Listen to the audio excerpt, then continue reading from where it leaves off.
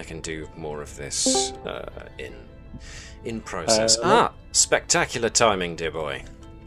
Thank you. Sorry about that. Just No. sort the dog out. Needs must. That's the little barky baby. Yay! We have everyone. We do. Cool. Excellent. So, let's just see. Yes, I will roll back everything we've just been momentarily discussing after a few quick messages. I've changed the intro video so it's, it's no longer the credits that are out of date, and it's spectacularly shorter as a result. So here we go. 3, 2, 1.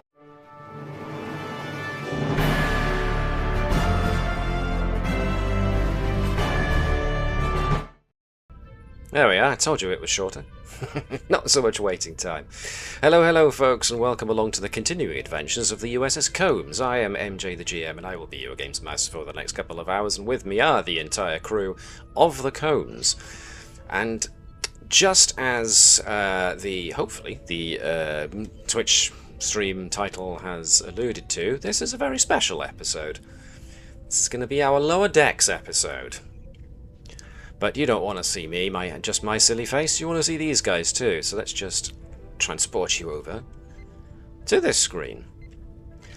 Now, before I get in on the shenanigans we're about to get up to, I'm first going to do my usual plug of Chris's Utter Crisp Gaming channel, right here, for you to see. I presume it's still the same position we were last time? Yes, exactly, yeah, thank you. Retro reviews on there, nothing coming at the moment. Bit of a break, but yeah, some like nostalgic videos on there if you guys are interested in some old good retro games. Marvelous. Right then, so yes, we have a very special episode today, and it's going to require a good bit of input from you guys. So I want you to get your creative hats on for this one, because this is gonna, some of which this is going to be as much on the fly as it is prepared stuff. So before we get there, we are just going to well, like I said, this is our Lower Decks episode today, so I'm going to take you to the bridge, but it's not the bridge we're used to. Here we go.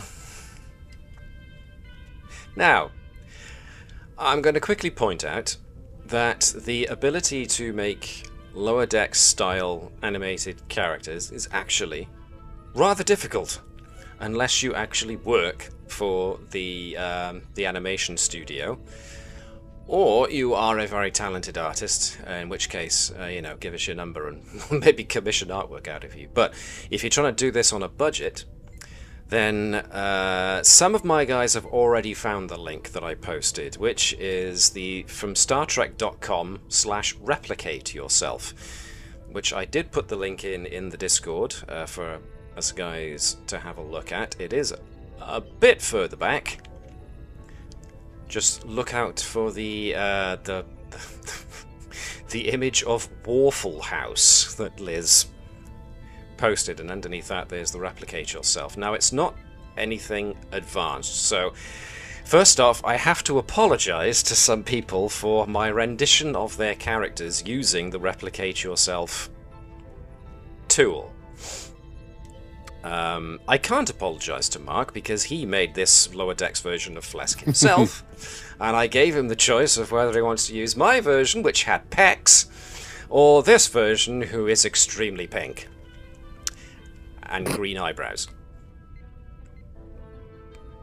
Doesn't matter. It's fine. It's fine. So a number of things that this little tool does not have is species. I will draw your attention to the fact that Ensign Akos, who is an Idosian, and Lieutenant Zonvagor, who is a Benzite, neither of which appear, or anything even close to appears, in the Replicate Yourself Lower Decks simulator, character simulator thing. So I didn't even try. I did try with a couple of others. somehow I made Ensign Ravelon look a lot more assured of his own sexiness than I intended. I'm going to have to apologise to Lieutenant Commander Gerkow and to Dr. Sott, because that was the closest I could manage, was essentially just colouring you blue. And the only way that anybody could have a magnificent beard was whether or not you wanted Bob Ross here to go with it. Yes, but that's okay. Because that's the only one, besides Klingon, I think, that gives you a beard. So I erred on the side of no beard. So, That's okay. And in the similar vein, Ensign zh'Ranni is an Andorian, but there's no antennae for Andorians using this tool, so I could make zh'Ranni blue, but I couldn't make her Andorian, so yeah. And for some weird reason, if you make a Bajoran, it gives you a weird kind of discoloration of your bottom lip. I don't know why. I couldn't find the way to fix it either, so yeah. And Dai'Neth, yes, she's got very impressive eyebrows, almost as impressive as mine. So this was the best that I could manage with what I had, so I hope you'll forgive me in that regard. But here we are with our Combs crew, drawn lower deck style, the best we could manage. Is our folks, some folks have already submitted their changes, some folks are fine with what I managed. Anybody not happy with what I managed and think they could do better using the replicate yourself tool, feel free to give it a go. I mean, it's just a laugh, so I'm having a bit of a gander, but it's fine. Interesting. That's one word for it. Oh, I see what you mean about the Bob Ross. That's Yeah. outstanding.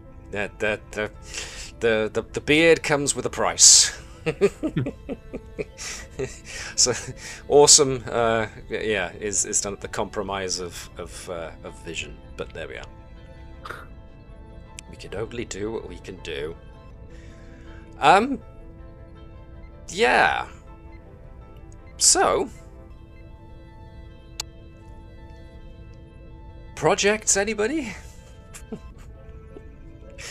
We do the in-between projects while we're here.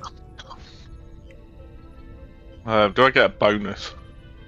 That's a good point, actually. The lower decks versions do not have... right, I had to make entirely separate characters. These are essentially duplicates of your other characters. So any changes made to these guys will not change your primaries, if you know what I mean. In order to make sure that these lower decks versions of your characters didn't overwrite the proper ones, yeah, I had to make lower decks duplicates. So any changes you make here don't get carried over. You have to go to the actors directory and do anything like that there, I'm afraid. I was going to say I still haven't figured out what character arc I've got. Well, if we go to Tavish's regular character sheet, it says you have an arc for hacking ships, and if we want to have a look at what an arc does, pardon me, arcs. Sounds like I'm making a bizarre noise. Character arcs. Choose a single attribute and increase it by 1. You can't increase above 12 though. Choose a department and increase it by 1, but not above 5. Add a value. Choose a ship's system to increase by 1. Choose a ship's department to increase by 1, or add an additional ship's talent. Or any other things you wanted to do. So it depends what you think you want to do.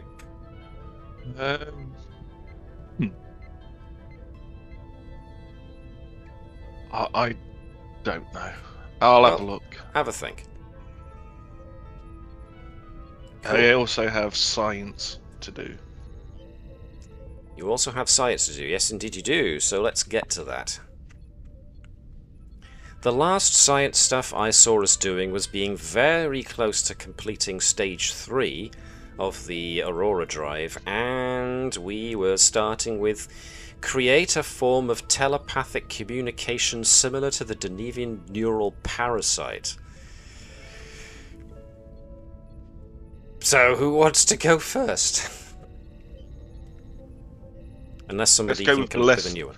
Let's go with the less dangerous one, the parasite. Okay.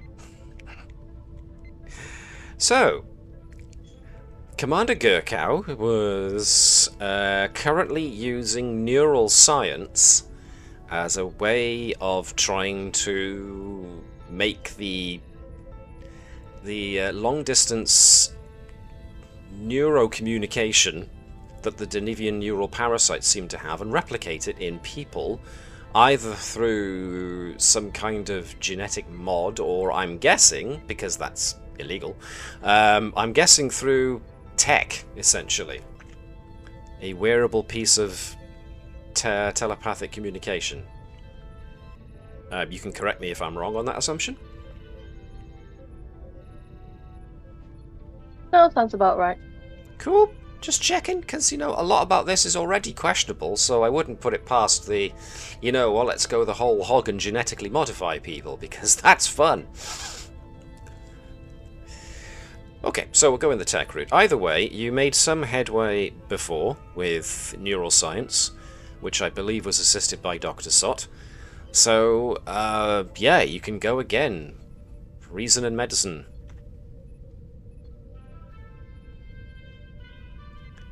So, yeah, whoever you want to help you. Yeah, of course. Reason and medicine assist. 1 dice. Oh. Well, Legion of Honor. Okay. That's nice and early. Awesome. Because let's face it, a complication in this could be pretty big. Ooh, nearly. This is not good today. This was not a good day, no. So that near catastrophe that almost happened nearly had things go very, very wrong. And so you had to shelve a couple of weeks' worth of work rather than risk, shall we say, an outbreak. So maybe Commander Gerkow and Dr. Sott make a pact to never speak of this day again and go about their business as if nothing happened. And just walk away whistling. Fine, it's still contained. Don't you worry. They're still contained. Oh, I'm worrying. For now. I still worry. So, yeah, while I'm here, final call. Connie, Chris, you guys are okay with what I managed with the lower decks equivalent of your characters, right? Yeah. Okay. I'm Connie? just doing something now. Okay. That's sure. That's fine. If you prefer yours and you want to post what yours looks like when you're done. It's like vintage. It's season 1, so. Well, I think exactly. it's in much more keeping to what Gerkow would look like. I know she usually looks blue, but as a Tellarite, she has to look a bit, pinky-ish. That's And fine. Well, it's your character. She is a seasoned lady, so you'll see. That's fine. You'll I see. look forward to it. Okay. Whew. All right then. So unfortunately, no progress on the not at all dodgy experiment with the Dai'Nevian neural parasites. Moving over to the slightly less dodgy, utilizing mushrooms to travel through space. Let's get you were very, very close, was Tavish, to finishing the current use of ship design as your avenue of creating a cavitation compensator. Okay. I'll just let you know I have put my new talent I've used for my character arc onto both my lower decks and my normal Lily Tavish. Saboteur. Is that new? It is, yes. When you make an attack against a structure, a machine, or a stationary vehicle while in personal combat. I've just now got a mental picture of Tavish being in personal combat with a structure, or a machine, or a stationary vehicle. Yep. You could Doesn't use surprise me. engineering as security. Sorry, what was that? Won't it surprise me? Okay, I can't remember. Saboteur? Who's helping Okay, me cool. out? Who's helping me out with this? I can't remember. Anyone with starship design, essentially. So, or anyone you want Somebody to. did. Somebody did, and I can't remember who it was. That Ordinarily, would I'd be say. me. Actually, Starship. Phlesc. Was it Phlesc for starship design? I've got starship design. Yeah, there we go. Right, come on, Phlesc. Come and help me out. Cool. Science or engineering? Reason and engineering. Especially for this last hurdle of finalizing the simulations to make an actual physical complete version of. Ooh, I haven't. Phlesc is all over this. I haven't got any focuses in this, have I? Nope. Okay, Phlesc knows how to do it for you.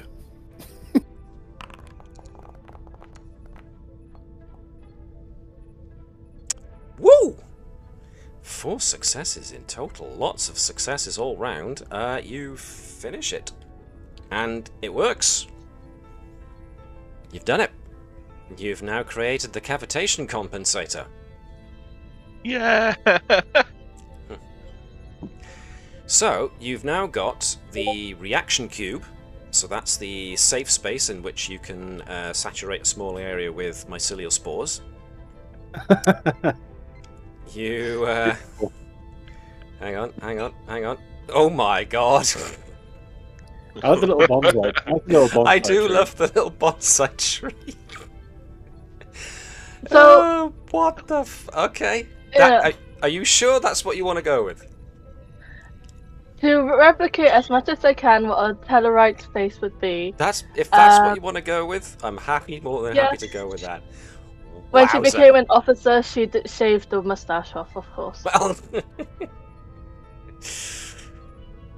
all right then. Let me just take care of this for a brief moment. Thank you. I am going to do my best with that. Okay, let's see. Look out, Tammy. She looks like she wants to blow up the warp core. Please let me target their warp core, Captain. I've been very good all month. That's not the best joke in the whole show, I swear. Oh, I'm gonna have to show the whacking great knife for this. I cannot show the whacking great knife. I'm not gonna be able to fit the bonsai in it, but gee, jeebus, that's so frightening to look at. 373 width, 373 height. Let's get the balance right. Okay, edit, copy. Oh my god. This is the point in time where I go, what have I created?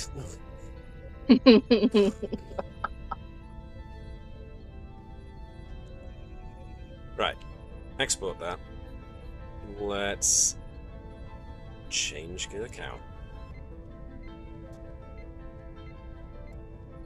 Yeah, I was trying my best to be respectful.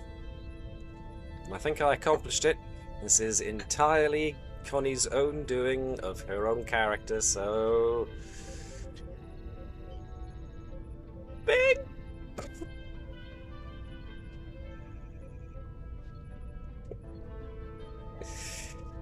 Just so you can see this, everyone who's watching this. I mean,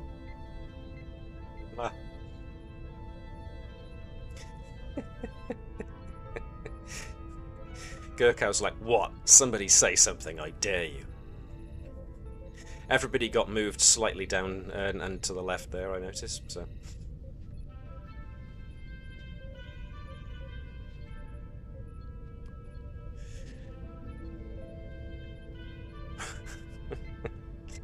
Right. Well, that's mildly terrifying, I have to say. I may not actually sleep tonight. Whew. Okay. Groovy. So, congratulations to Tavish. That's 3 out of 5 parts done for the Aurora Drive. God. Yeah, I know, right? Oh. The next 2 bits that Tavish is going to have to work on in order to get the Aurora Drive working is the more important part, which is the means by which this thing is going to be able to be navigated, which it was suggested but never actually implemented by the Discovery crew, that rather than once again do illegal genetic modification on somebody and then physically plug them into the Aurora Drive, there was a hypothetical means of navigation posited by a then Ensign Sylvia Tilly of using a dark matter coherent resonator. So whether or not Tavish wants to go along those lines for trying to create a means of navigating the probabilistic means of travel through the mycelial realm is entirely up to you. Unless you can think of something else. It sounds pretty good. I mean, I did like the fact that it took 3 crew members to, use this drive, but Yes. that sounds like it's going to be a massive bother. Well, yes, and to be quite honest, it seems like Gerkow is already working on something like that could potentially allow multiple crew members to all work at once together to do this as a navigation method. But I will also point out the single point of failure that could introduce. Now, granted, a dark matter coherent resonator is also technically a single point of failure in its own way, but at least as a point of as a creation of machinery, you could actually, as part of it, install the safety measures that, in case something goes wrong, But- eject from the mycelial realm kind of job. Let's go for the dark matter resonator. I mean, perfectly honest, what could go wrong with Using dark Dark matter? matter. Exactly. Yeah. I can't see any downsides to this. Because this does mean you're going to need to, deal with dark matter and maybe even store some on board. Yeah, that seems fine. Seems perfectly safe. Yeah. What with the fact that the ship has already got transphasic torpedoes.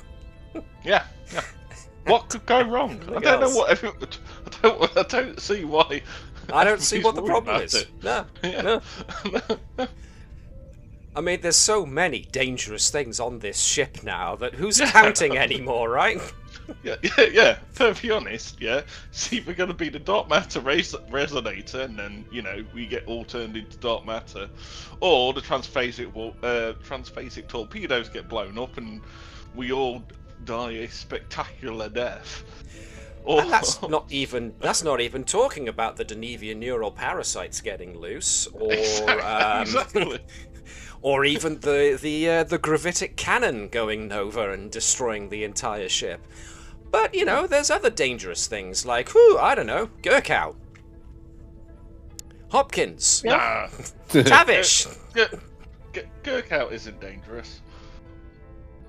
Beneath it's that Tavish. weathered facade.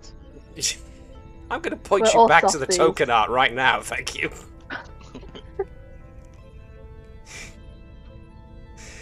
This is the safest crew in the whole of the Federation. I don't, no one's beaten us yet. Well, that is a horrifically good point. Yep. Why does Tavish have a point of determination spent? I don't know. Let me take that away. Let me add that determination back. Oh, no, thanks. That was weird. Something small I overlooked there. Alright then. So science is done. So unless anybody can point me in the direction of another science project that those who are currently unoccupied with science projects want to do, we can move on.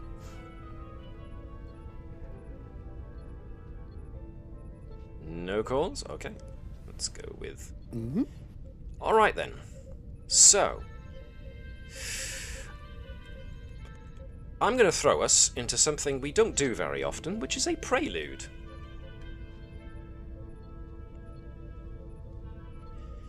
But before I do that, actually, I have to discuss with you all... Oh, and more importantly...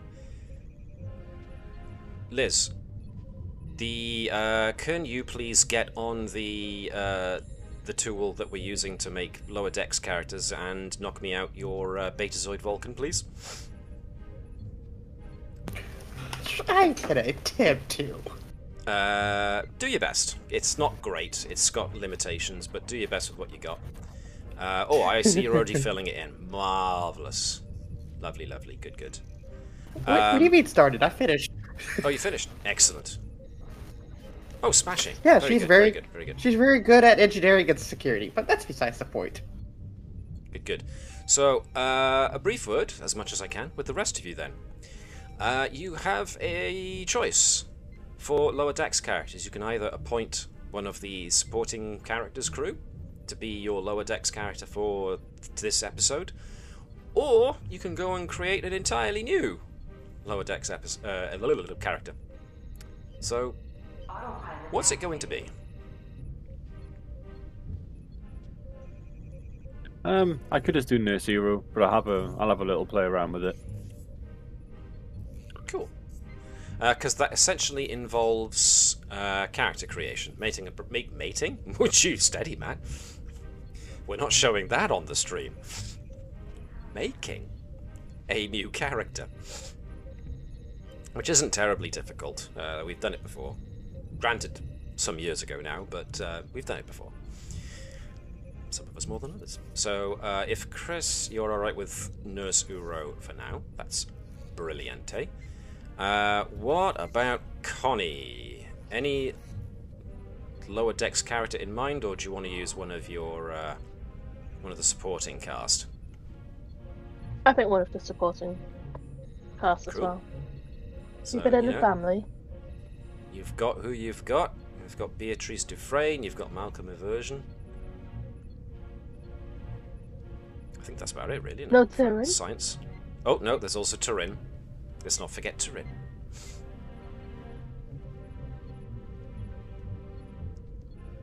Any of them stand out to you as somebody you would like to bring into this little not-so-serious episode? I think I will choose the most seemingly hapless. So for me, that is Ensign Eversion. Okay. Hapless indeed.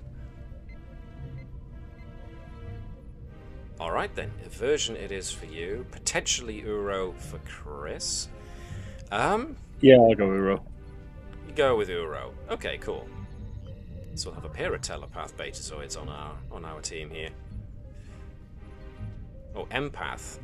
Uro's an empath, pardon me. There we are. That's not so imbalanced. Oh, I forgot. I literally forgot about the values and the focuses to add to this character. Oopsie.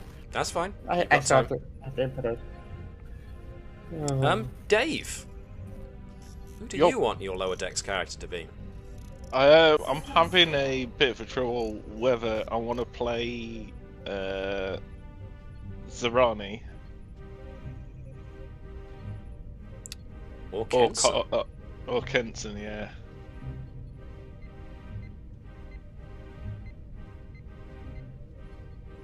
I'm gonna go with zh'Ranni because I played Kenson before, so That's fine. let's Go with do zh'Ranni. zh'Ranni. I left lower decks in Kenson's description there. That was silly me. It's gone now. Okay, cool. So you're happy with being zh'Ranni. Okay. Yes. Groovy. That leaves Mark. I mean, who have I got to pick from, really? Just Well, Zonvigor. the supporting cast, yeah, but Zonvigor, I think he's a bit too high. High profile. He is the operations officer, so you might need to go lower than that, I'm afraid. I mean, you could be Ravalon from communications. You could be ACOS from security. Liz is going to be bringing in a lower decks character from security in a moment. Dai'Neth is technically tactical officer, but you know, could swing it one way or Yeah, another. that's good. That's good, Dai'Neth. I mean, I'm the commander, so. So First she's officer will pick tactical. okay. All right. Okay. Okay, I'm waiting for it to give me so I can post it. Fine, fair, and good. So, okay, so that means Liz is the only person who is doing a brand new character. Okay, cool. Alright then. No problem, Liz. So, you've got zh'Ranni, you've got Dai'Neth, you've got Nurse Uro, you've got Malcolm Eversion. Okay. Alright. Like I said, a little prelude, a brief scene of life on the lower decks of the Combs. So, let's see. I would like somebody here to suggest to me well, the equivalent of a TV show, but it's going to be a hollow show. A current with hollow Neelix. show that everybody is following right now. What was that, Chris? Breakfast with Neelix. Fantastic. Expand upon this, please. It's an actual thing in Voyager, I think, isn't it? Like he's just as a little It's- cooking show for the ship. Yeah, it is. So It's a thing. the ship is actually managed to tap into. So that means the what do they call it? That special communications array they set up so they can communicate with Voyager. They were Yeah, using instead of sending a letters- nebula. Instead of sending letters to the Voyager crew, they've just been sending Neelix's Breakfast with Neelix episodes. Back through the wormhole they create. I think it Yeah. was called, and anybody on chat or in fandom can correct me on this.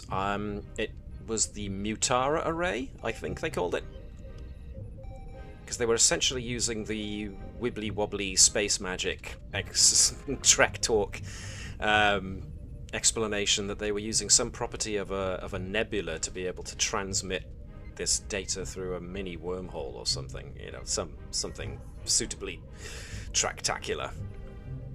So if we believe that they've been piping through episodes of Breakfast with Neelix, and everybody in the lower decks is following this.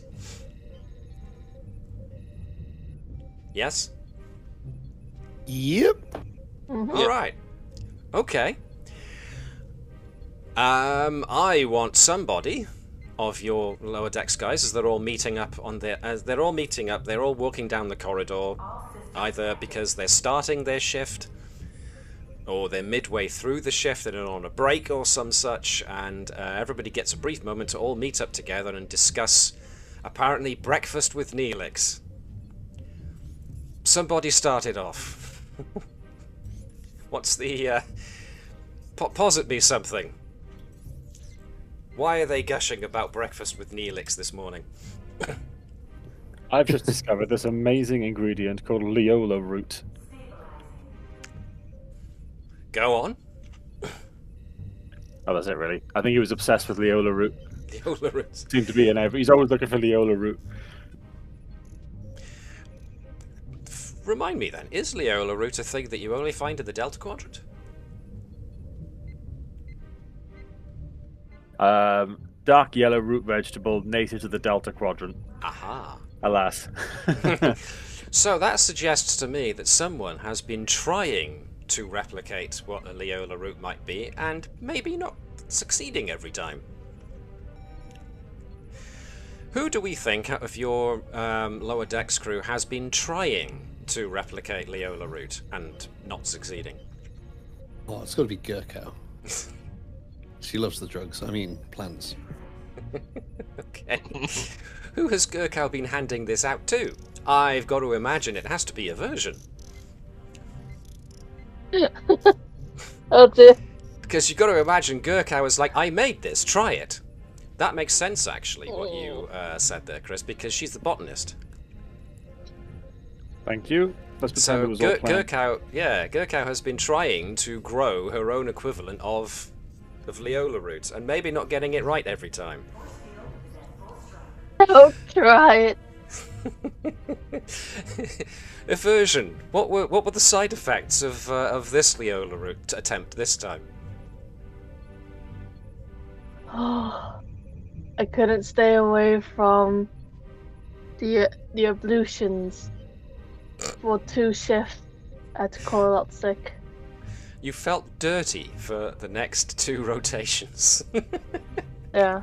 Imagine why I felt dirty. Oh. Gave you a compulsive need to wash. Interesting. Oh, must have rubbed yourself raw. Which means Nurse Uro probably had to treat him at some point. Yeah.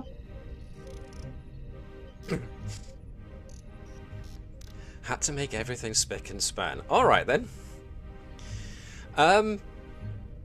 Dai'Neth. These Federation types seem to be gushing over a program that's all about cookery. What do you think of that? What? That's not impressed, is it? Why are you wasting your time in this? We have science and jobs to complete. Come on, focus.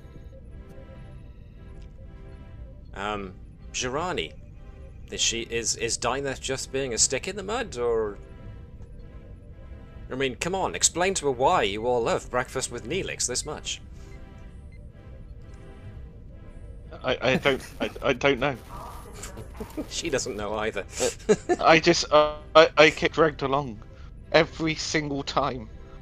I keep on telling them that I have to go down to engineering or I'm going to get hit again. They keep on dragging me along. I don't know why. Okay, this sounds like trauma. Maybe you need to see the counselor again. I don't want to see the counsellor. Apparently, Tavish has plans with the counsellor. I don't know what it is. Tavish has plans with the counselor. This intrigues me. What could she possibly have... Alright, good. No, I'm intrigued now. What could Tavish have possibly conspired with the counsellor about in regards to her own engineering staff? Well, zh'Ranni doesn't know, and nobody knows. Okay, All so she let's heard- assume then that a rumour has gone around, and there's numerous rumours, and nobody's sure which is true. Pick me out one of the rumours that's most terrifying.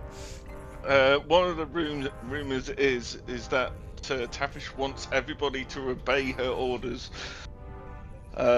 without question or complaints, and wants to brainwash the whole entire engineering staff, including the Klingons.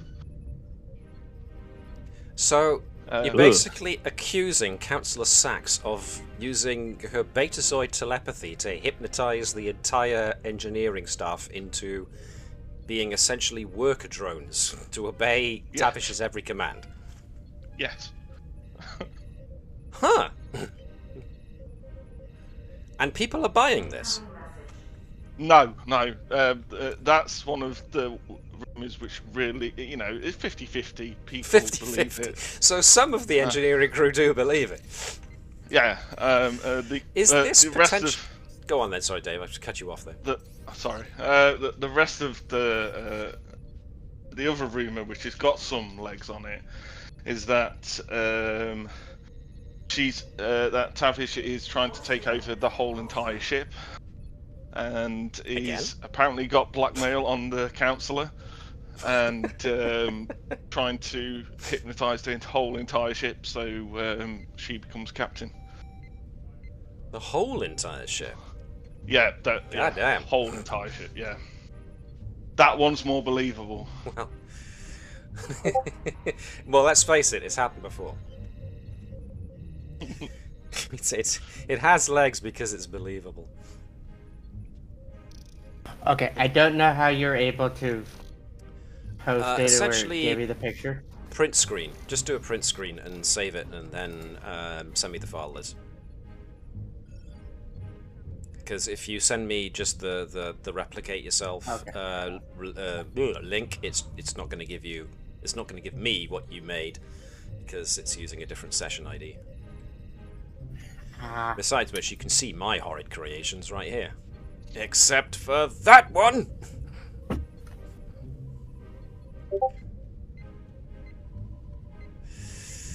So let's see what we get. PDF! Okie dokie. Let's see what we get here.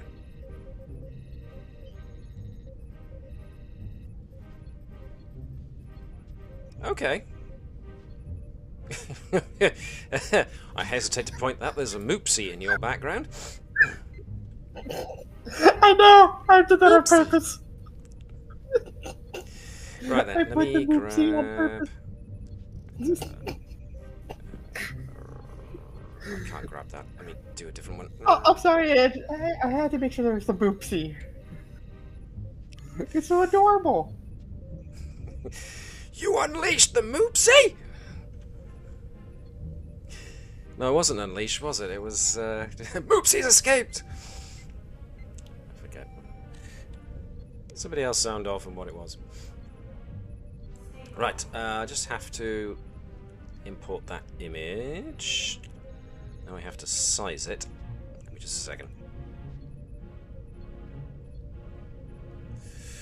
Ooh. Right then. Liz. Go on, Dave. I was going to say, there's another rumour going around. There's another rumour going around. Okay. Yeah, that actually Tavish is a Borg queen, and she's infiltrated Starfleet, and she's going to start with the counselor. I'm pretty sure Dr. Sott started that one when she started talking about putting AI in her head. Well. Well, no, nobody thinks it's Dr. Sott. This rumor just came out of nowhere. That's probably one of the few rumors the captain probably helped spread too. Well, let's face it, Tavish hasn't exactly given people not a reason not to believe it, really, has she? So, yeah. Hold on, she's been really nice over the last few times. That's what Come on, confuses. That's what come on, scares engineering people the guys. most. Let's do our best with the warp core today. Resistance is futile.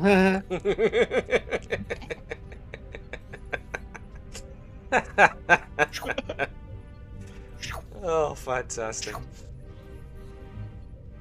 Alright then. Oof. I hesitate to point out there, Liz, that Jolla's a red shirt when she should be a gold shirt, but what the hell. If you're going for security. I just like the color red. That's fine, that's fine. We'll bring Jolla. Stand her next to the other... oops, hang on, no. She doesn't have what a regular full-on character should have, which is... stress and determination showing. Oh, and let me also quickly check that it's going to link. It's not, so that's just as well that I noticed. Jolla. Right then. Full stress track, reputation, determination. Booyah! Right then. So, we also have Jolla, who catches up with everybody else just as they're about to get to their jobs for the day. So, we are going to change some of these lower decks characters so that they now have stress ratings for those who didn't have them before, which is mostly zh'Ranni. Yeah. Everybody else has got them. Yeah, so we're good there. Okay, so Jolla, who has recently been posted to the ship. She's apparently a Betazoid Vulcan Cross, but airs more on her Betazoid star, but she's joined security. So she catches up with everybody else, and apparently they're all talking about breakfast with Neelix. And of course rumours about Tavish that everybody else has heard. So, yeah, Liz, would you like to, as a newcomer to the ship, would you like Jolla to maybe let loose what she's heard about rumours about Tavish?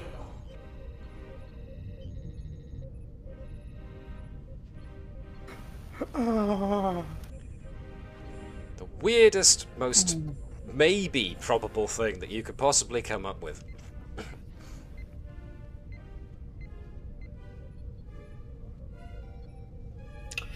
Oh, let's see. Go hog wild. I mean, hell. Some of the ones we've had so far. No problem, Chris. Let's see. Rumors about the head engineer. Oh, rumors is that she's courting every single male Klingon engineer.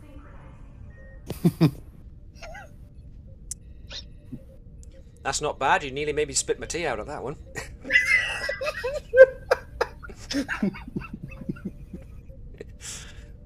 That was probably a mistake of mine, was choosing to drink it right at that moment. Or, the rumor that she courted the engineer of the Mapui. That was... So, according to rumor, apparently Tavish likes it Klingon. Okay.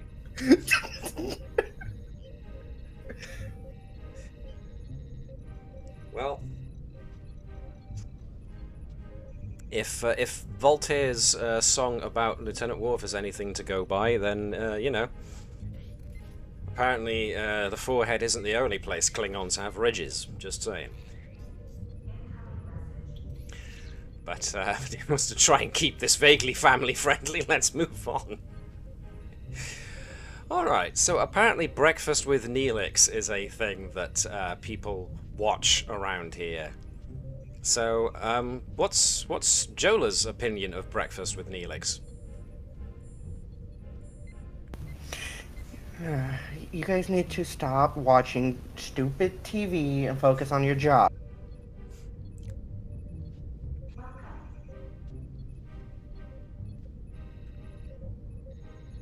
And why would you want to learn about random breakfasts or somewhere else? We have all the great breakfasts here. Would somebody like to suggest me an even better show? If you like this, then you must think that this is better. Kind of job.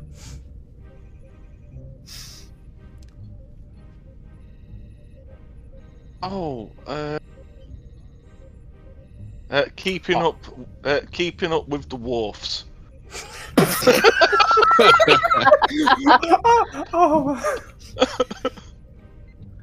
I was thinking of the. Sorry. I really thought for a moment there you were going to say the Cardassians, just to be really on the nose with it, but the Wharfs came out of nowhere, and therefore I applaud it. Everyone hates the Rikers. Oh, who could hate the Rikers? I mean, come on. Oh no, everyone loves the Rikers, and everyone loves Chris. Yeah. Or does hate Chris? I've got another one for you.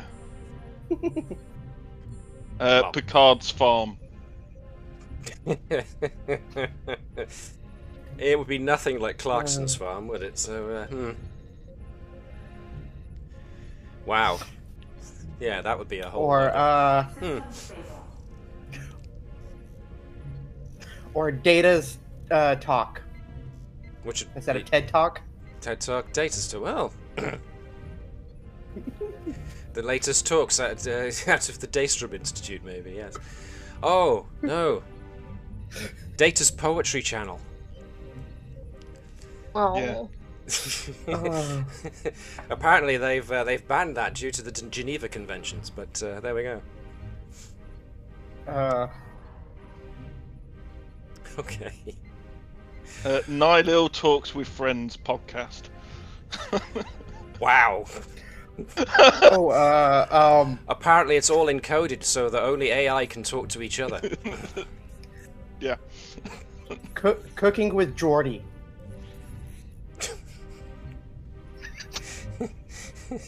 I mean, we've already done breakfast with Neelix. Why not cooking with Geordie? We had no idea Commander LaForge was, or he's probably Captain LaForge at this point, was so multi-talented. What is the timeline at this point? Have we done? He's probably still Commander, actually, of the Enterprise. Oh my. We're watching a documentary called The Rise of Cisco. Ah. Who was the Liz? doctor of the Enterprise again? I forget. Crusher. Oh, yes.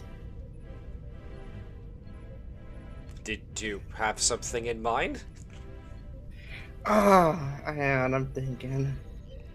Well, unless you can come up with something really quickly, I am going to randomly generate a task that Tavish is going to yell down the comms for Sharra zh'Ranni to engage in. And I'm going to do it by rolling on Track Talk. Hold on a minute. I need to shut my windows. It's getting a bit... No. I just don't want everybody, all my neighbours, to hear me shouting. to hear you laughing and shouting. Oh, I gotcha. There's another one. Building up with Scotty. Building up with Scotty. No. I've got a better one. Scott the Builder.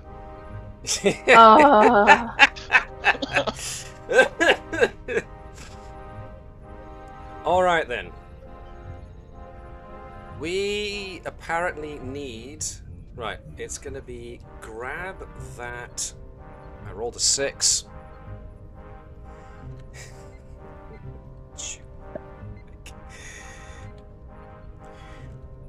Did I get that right? Yep, I got that right. To get to... I can't type it there because I got it. Roll again. Grab that dual inverter and get to scrubbing that...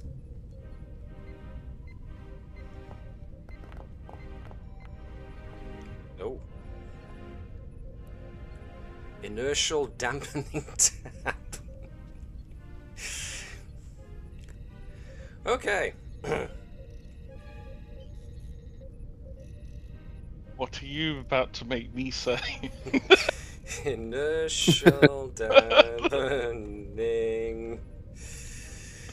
Right then. This will be coming on loud and proud over the comms.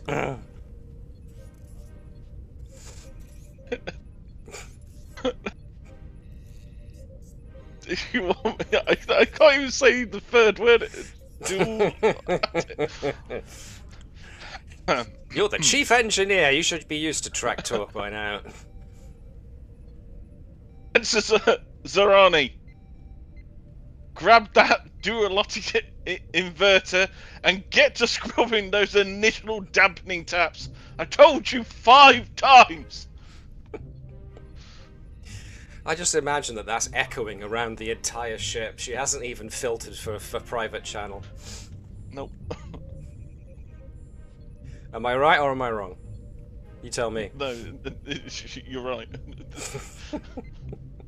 Her voice just echoes throughout the ship. And you know what? I'm going to have Gerkow come up with a random job for for Eversion to get to as well. So let's see. Eversion has to grab an EJ7 interlock. Oof.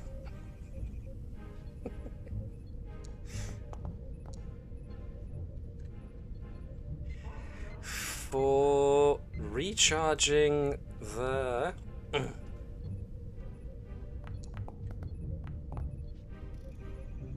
antimatter injector. Okay.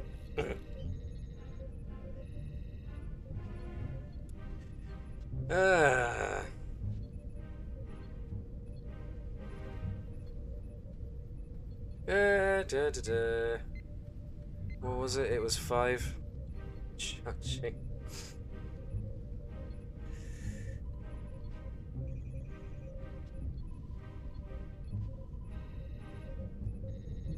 There we are. Eversion, grab that EJ7 interlock and get to recharging the antimatter injector. Now, the fact that he's on science and not engineering and he's recharging an antimatter injector, one wonders what the hell she's got him doing now. And here's some more Leola root.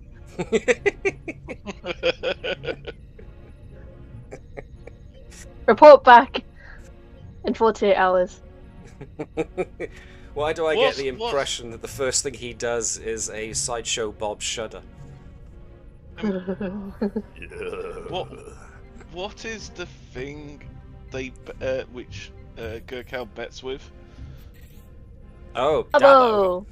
Dabo. Yeah. What are the plates called again? Lithium. No. Gold pressed latinum. Latinum. Yeah, I'm imagining Gerkow going. I expect that my the gold press latinum to be on my desk tomorrow morning in 48 hours. Go and start selling this stuff. Are we suggesting that she's a money launderer? Yes. As a matter of fact, we are. That's another rumour out there, is it?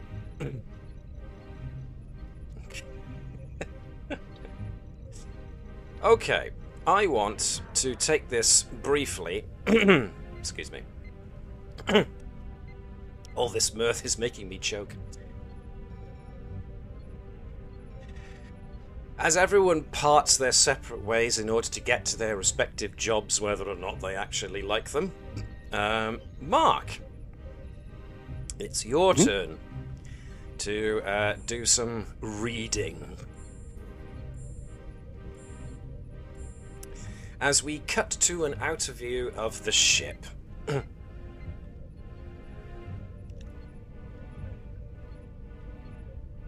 I've just sent you the message in Discord. Feel free to read it out. Who?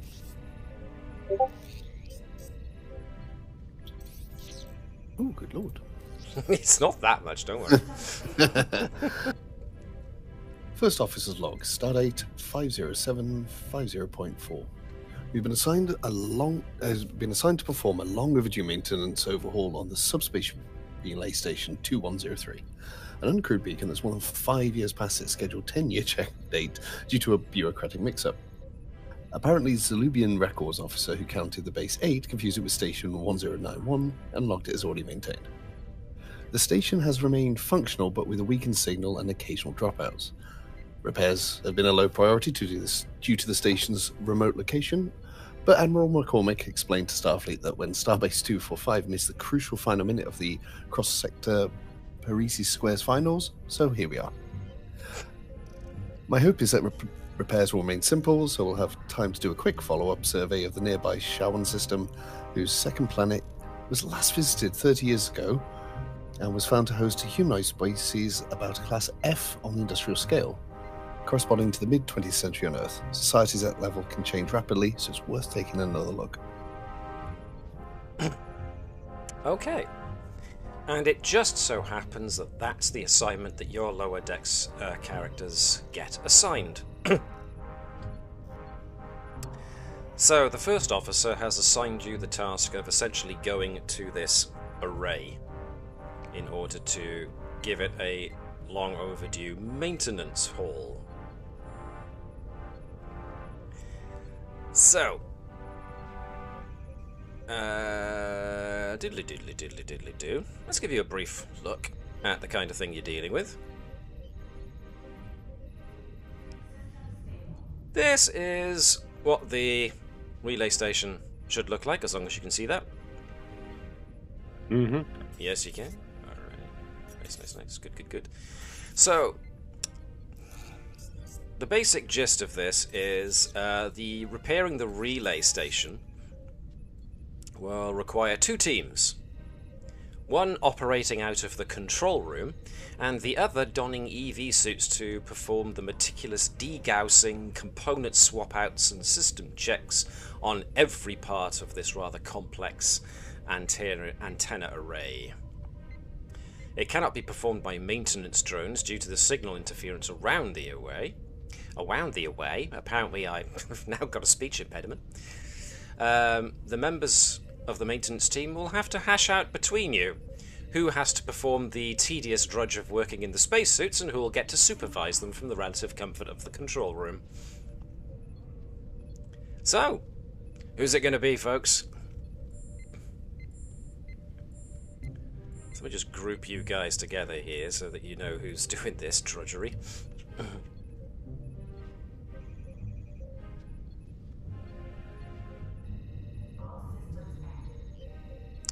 So, how are you going to resolve who has to go out and spacewalk and who gets to be inside of the actual station coordinating all of this? I mean, you know, one of you's a Klingon, so I can suggest our way, but, you know, it's up to you. Yeah, Dai'Neth's the fittest and strongest. So she knows how to spacewalk. Tavish taught me this human custom. It's called rock, paper, scissors. I was wondering if anyone would get to that.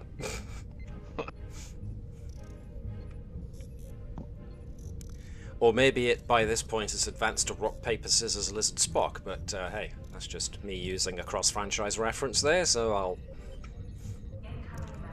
back out. So, yeah, how are you 5 guys going to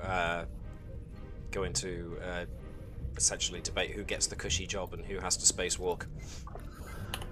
I have an idea.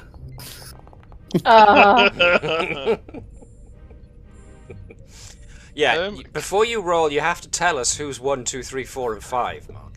Oh yeah, no, I just wanted to do that for dramatic effect. Ah, but... okay, fine. Okay, that's good, that's fine. But that's my suggestion.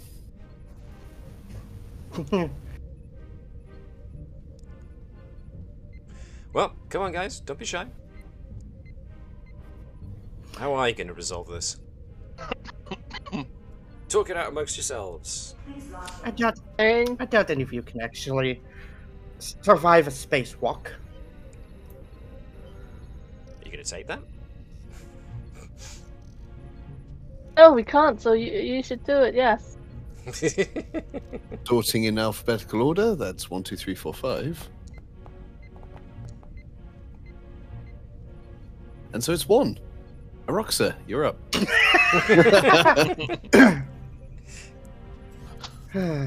So is that who's in the cushy office job? No, the one that's going on the spacewalk. Spacewalk. What about everybody else? Because it's more than a one-person job, the spacewalk. So No, so is zh'Ranni going on Excellent. the spacewalk. I'm just a death jockey. Nurse who's going on the spacewalk as well. That's 2 for 3. So it's a rather compact control room that you're going to be dealing with here. So there isn't room for, you know, everybody but one person in there. So And then... so yeah, it seems Dai'Neth is dealing with this in the only fair way possible, rolling a dice and randomly assigning. I'm just getting... It's just 1s at the moment, so... Those are the 3 spacewalkers, and we've got 2 in the in the control room. cramped control room. Oh, Okay. fantastic. I don't have to worry about going on a spacewalk then. Good, I don't have to worry about trying to keep you alive.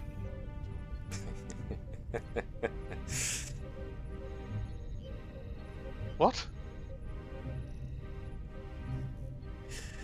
So, okay, you guys get to go to the command center, and you guys have to don EV suits. So, yeah, you guys are going to have to make sure that your characters have got EV suits if you want to jump over to the Just have items one already directory and there. grab one. You guys essentially get placed on horsing around outside here on the outside of the... Can I ask, why are we sending the doctor out to a spacewalk? Well, Making a house RNG call, Jesus commands it. Okay, you can ask. Cool. I Makes mean, sense. in certain ways, it makes a certain amount of sense that you sometimes assign crew tasks outside of their... It's part of the first officer's job, and Starfleet in general. You're supposed to keep up your training in other departments in order to, on the off chance an emergency situation comes around, you are able to handle jobs involving other departments. So this is Phlesk's mess up then. Well, yeah, No, essentially. This is Dai'Neth. This is who Dai'Neth. Selected it. And it was some bureaucrat that forgot to schedule the repairs. Zh'Ranni, the second she puts on the EV suit, she's just gonna be like, "Look, I am Commander Phlesc. I'm gonna wear this all the damn time." Well, apparently, yes, the first officer's reputation definitely precedes him. Okay. So, two teams are going to have to coordinate. The team in the control room will be checking and confirming the EVA team's repair of each component before they move on to the next. So, I'm going to introduce an extended task for this. Ooh, pardon me. So, let me see. I am going for this episode. I'm making an extended task. What should we call this? Oopsie daisy.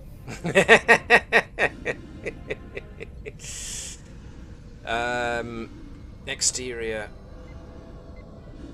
array repair. Is it repair or is it maintenance? It's repair, isn't it? Because it's not working correct. So this is going to be a extended task with a work track of 10.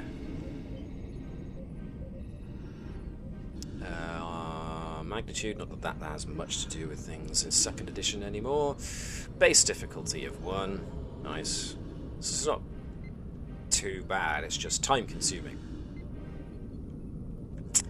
And of course you're in full communications with each other, so you can keep on arguing or chatting or commenting on whatever you want to be doing while you're out there. Meanwhile, actually that's a good point. Let me make this a linked thing so that both sides... You must select one existing token to assign the new prototype configuration. Do what? Give me a second, let me just try and make this thing obey my will. There we are. So, that's the exterior array repair.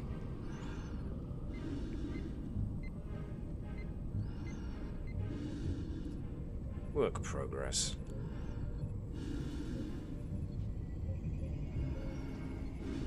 Let's see if we can get this to actually show the work progress. Not so far, we'll see. And I'm going to bring this into... So, the cushy job in the command center looks like this.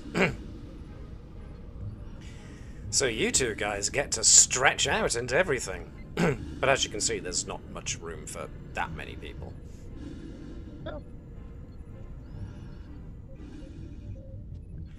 So, The guys on the exterior have to make their way slowly, ploddingly towards the various antennae and have to go through them one by one, swapping out damaged components and fitting in new ones.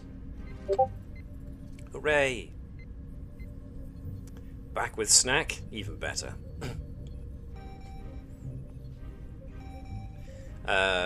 Is it a snack that we saw prepared on breakfast with Neelix?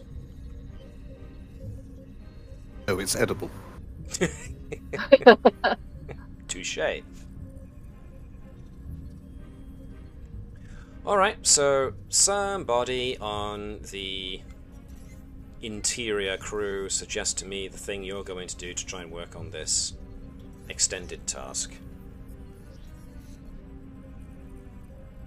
I'll assist. Eversion is assisting zh'Ranni, which makes a small amount of sense, the engineer.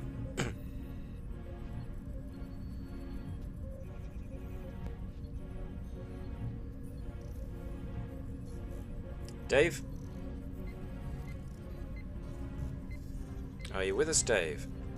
Hello. Hello. Sorry. Right, so you're performing basic maintenance and repair on this comm array, so suggest to me a task that you're going to be doing.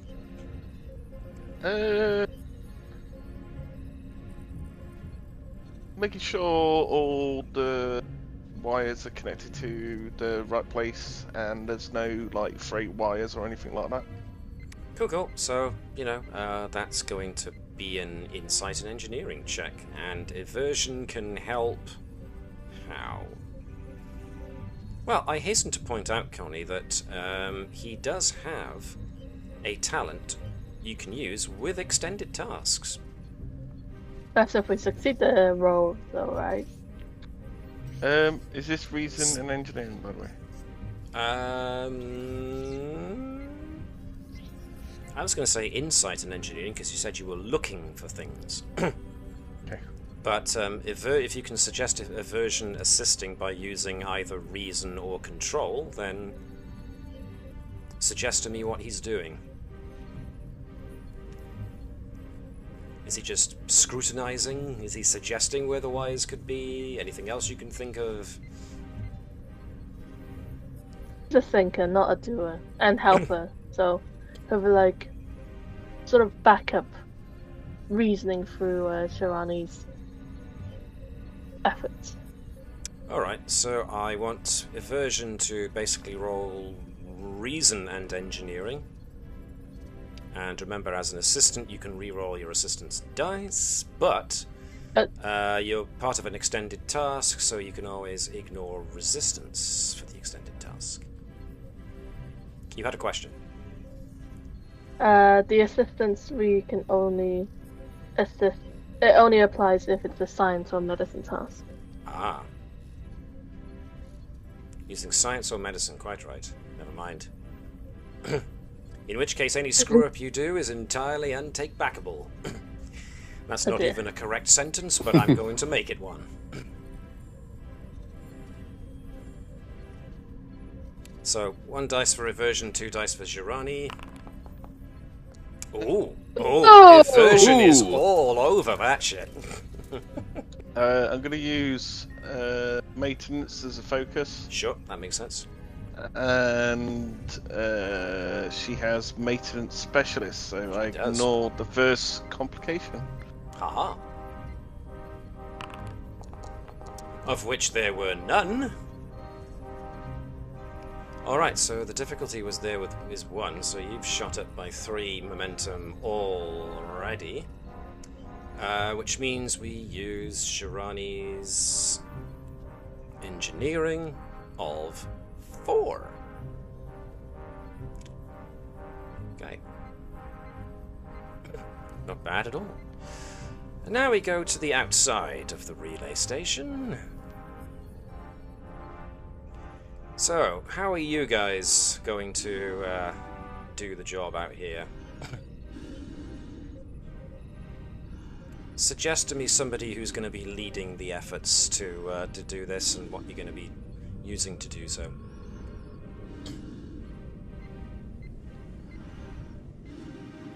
Nobody? Not a one? Okay. Well, we got one technically operations officer here with Dai'Neth, who's something of an engineer. So Dai'Neth could possibly lead this. And it's essentially opening up panels, pulling out doing a diagnostic of the systems using a tricorder and looking for faults, and then where you find a fault, pulling out the faulty bits and replacing it with the new not so faulty bits. You know, technical stuff. Using technical terms, which I can do. Stop looking at me, okay? I'm trying my best here. So, control and engineering? I suppose. Which the other two are going to be helping with? No real talents here, unless I'm punching it, so...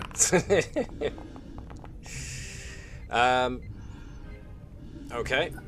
But that isn't on the money. Do you want to get more momentum by having Uro and Let's see if they can Jolla help.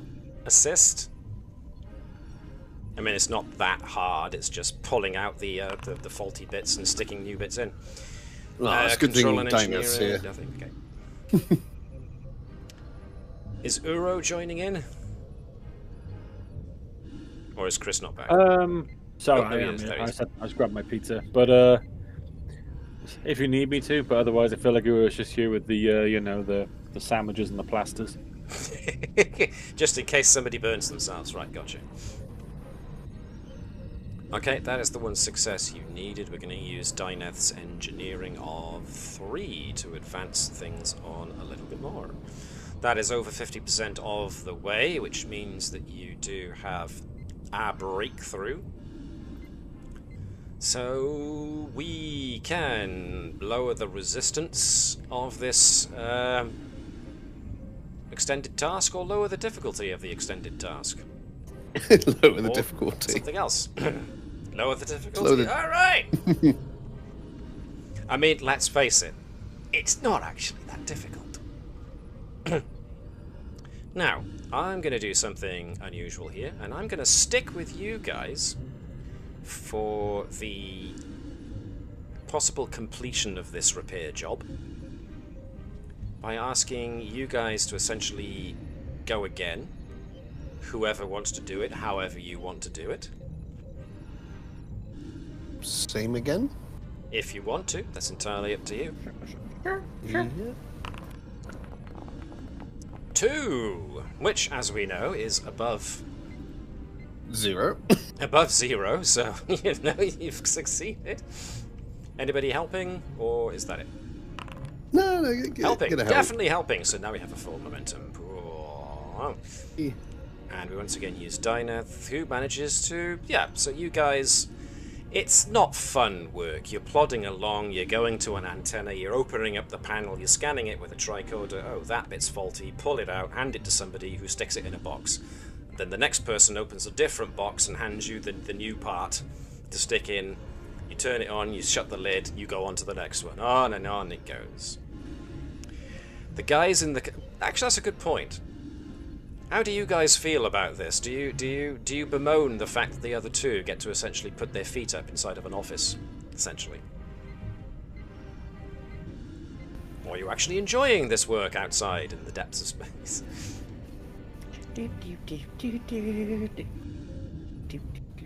Like, probably.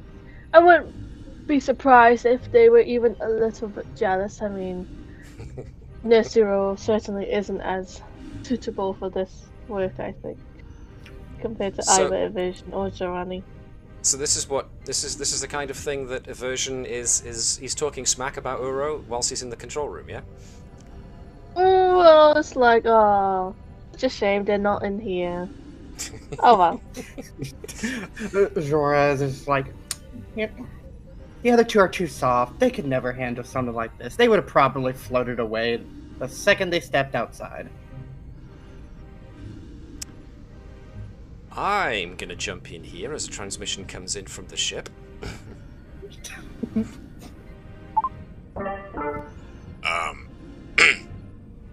Communications officer to the away team.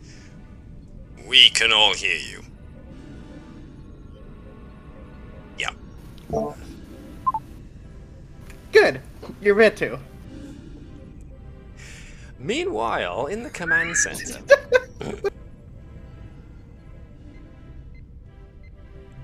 So, yeah, you guys have done what minimal repairs are needed, and the guys on the outside doing the drudgery of just replacing isolinear chips and whatnot. Yeah.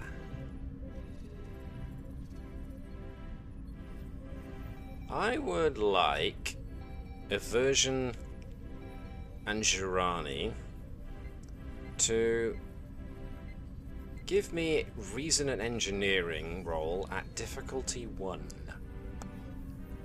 In regard to communications. No, you can combine, as per usual. Oh, we got a full momentum pool if you want an extra dice. Because Might the as well. computer has issued an alert.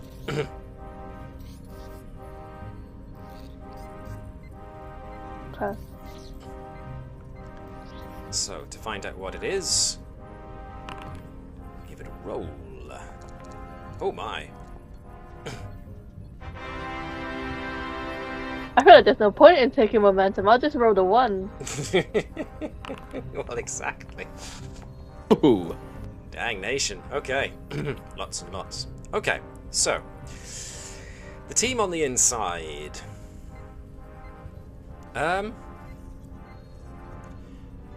One of the main subspace antennae is suffering a signal loss, which is causing its transmission to be weaker than normal.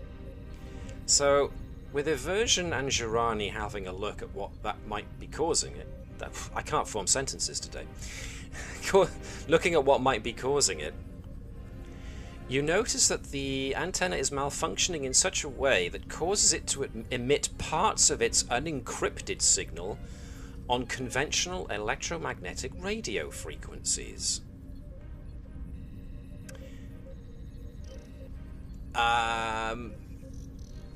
Because you got so many extra successes there,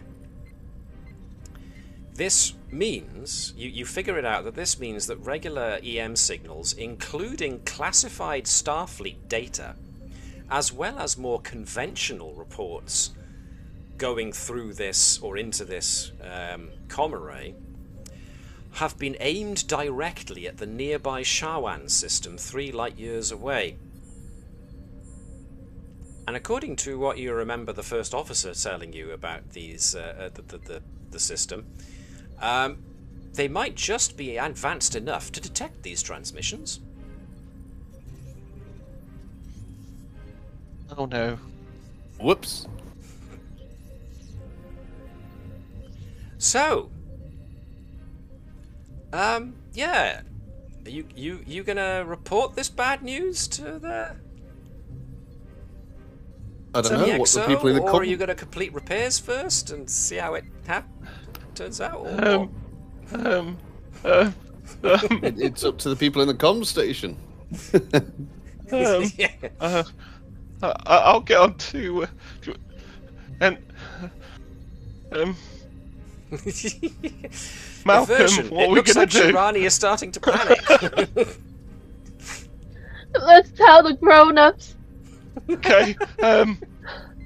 She presses the wrong side of her uniform. She didn't hit the badge. She presses the opposite side. So she's slapping her own boob. Okay, got it. I mean, okay. Got this. Presses the comm badge.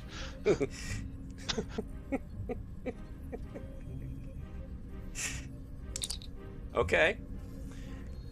Who are you calling? The bridge.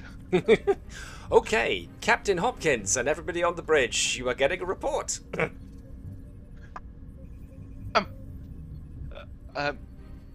Ensign zh'Ranni to the bridge.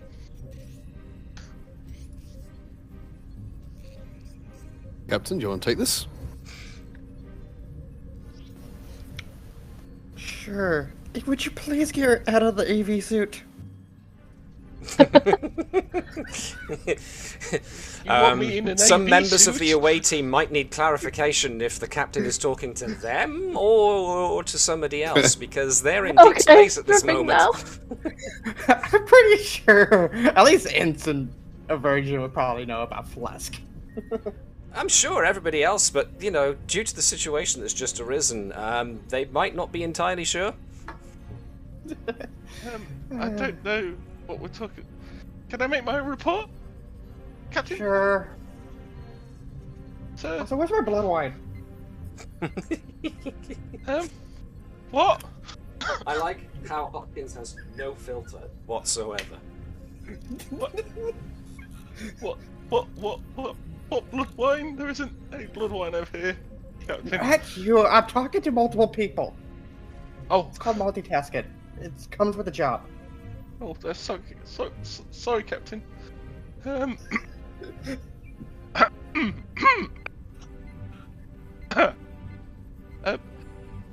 There seems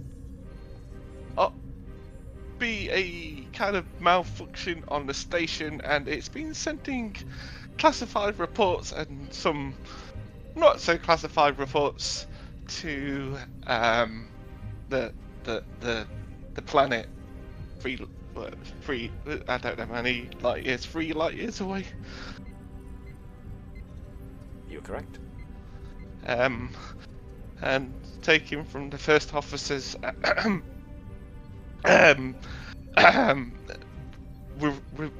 report, they may be advanced enough that they've been getting these reports. What kind of classified information? Would you like me to have a look? Yes, because we need to know what kind of information has been leaked. Okay, hold on 1 minute. Okay, so this is a Starfleet, or essentially a Federation comm array. So any and every comm that gets broadcast out gets broadcast to every array, who then forwards it on to wherever it needs. They need to go. Pretty much any and every comm sent out from this array. Apparently, I've just found your order for more blood wine. I didn't know 67 barrels of blood wine could be got. I didn't think that size of order was possible, but there we are. That's just a. That's Why the is it? low Why estimate. is it classified though, Captain? I shouldn't worry, Ensign. The classified ones are encrypted, so they shouldn't necessarily be able to read them. They'll receive gobbledygook. There's a classified one to Starfleet intelligence. Is that? It says. It says eat my, and I can't really say the next one out. Yeah, that's Tavish. That's gotta be from Tavish. That is 100% from Tavish. You might want to delete that one before Tavish finds out you read it. Delete, I already know about it. I'm already on comms. I can hear all of this. Sorry, zh'Ranni, you might end up in the medical wing. I've also found an order for Dr. Sott. Oh god. It's Well, now I'm intrigued. What is it, for more beard jelly? No, It's a it's a beard grooming set. Sounds about right. Deluxe. I'm surprised Phlesc hasn't ordered one either.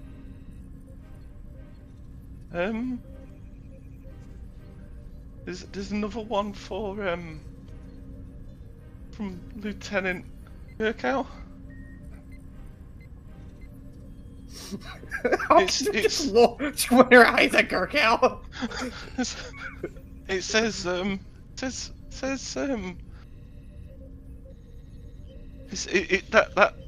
why are all of these classified? It's We don't want to it's personal information out there. It's asking for more newsletters from the breakfast cooking breakfast with Neelix fan club. I'm not too sure. I think we found who the president of the Breakfast with Neelix fan club is. Oh, yeah. Gerkow like, yeah, and? What? Okay. How can you ask for this many stuff, man? Phlesc? They're actually just. How many AV suits do you need? It's quite easy to Commander. order. I'm sorry, Commander. I'm sorry. That's okay. I'm happy to explain. It's quite easy to order whatever you need when you're a commander. But And why first have you? officer. Why have you bought an EV suit with flames on it? I'm And afraid that gunfaster information's stripes? classified.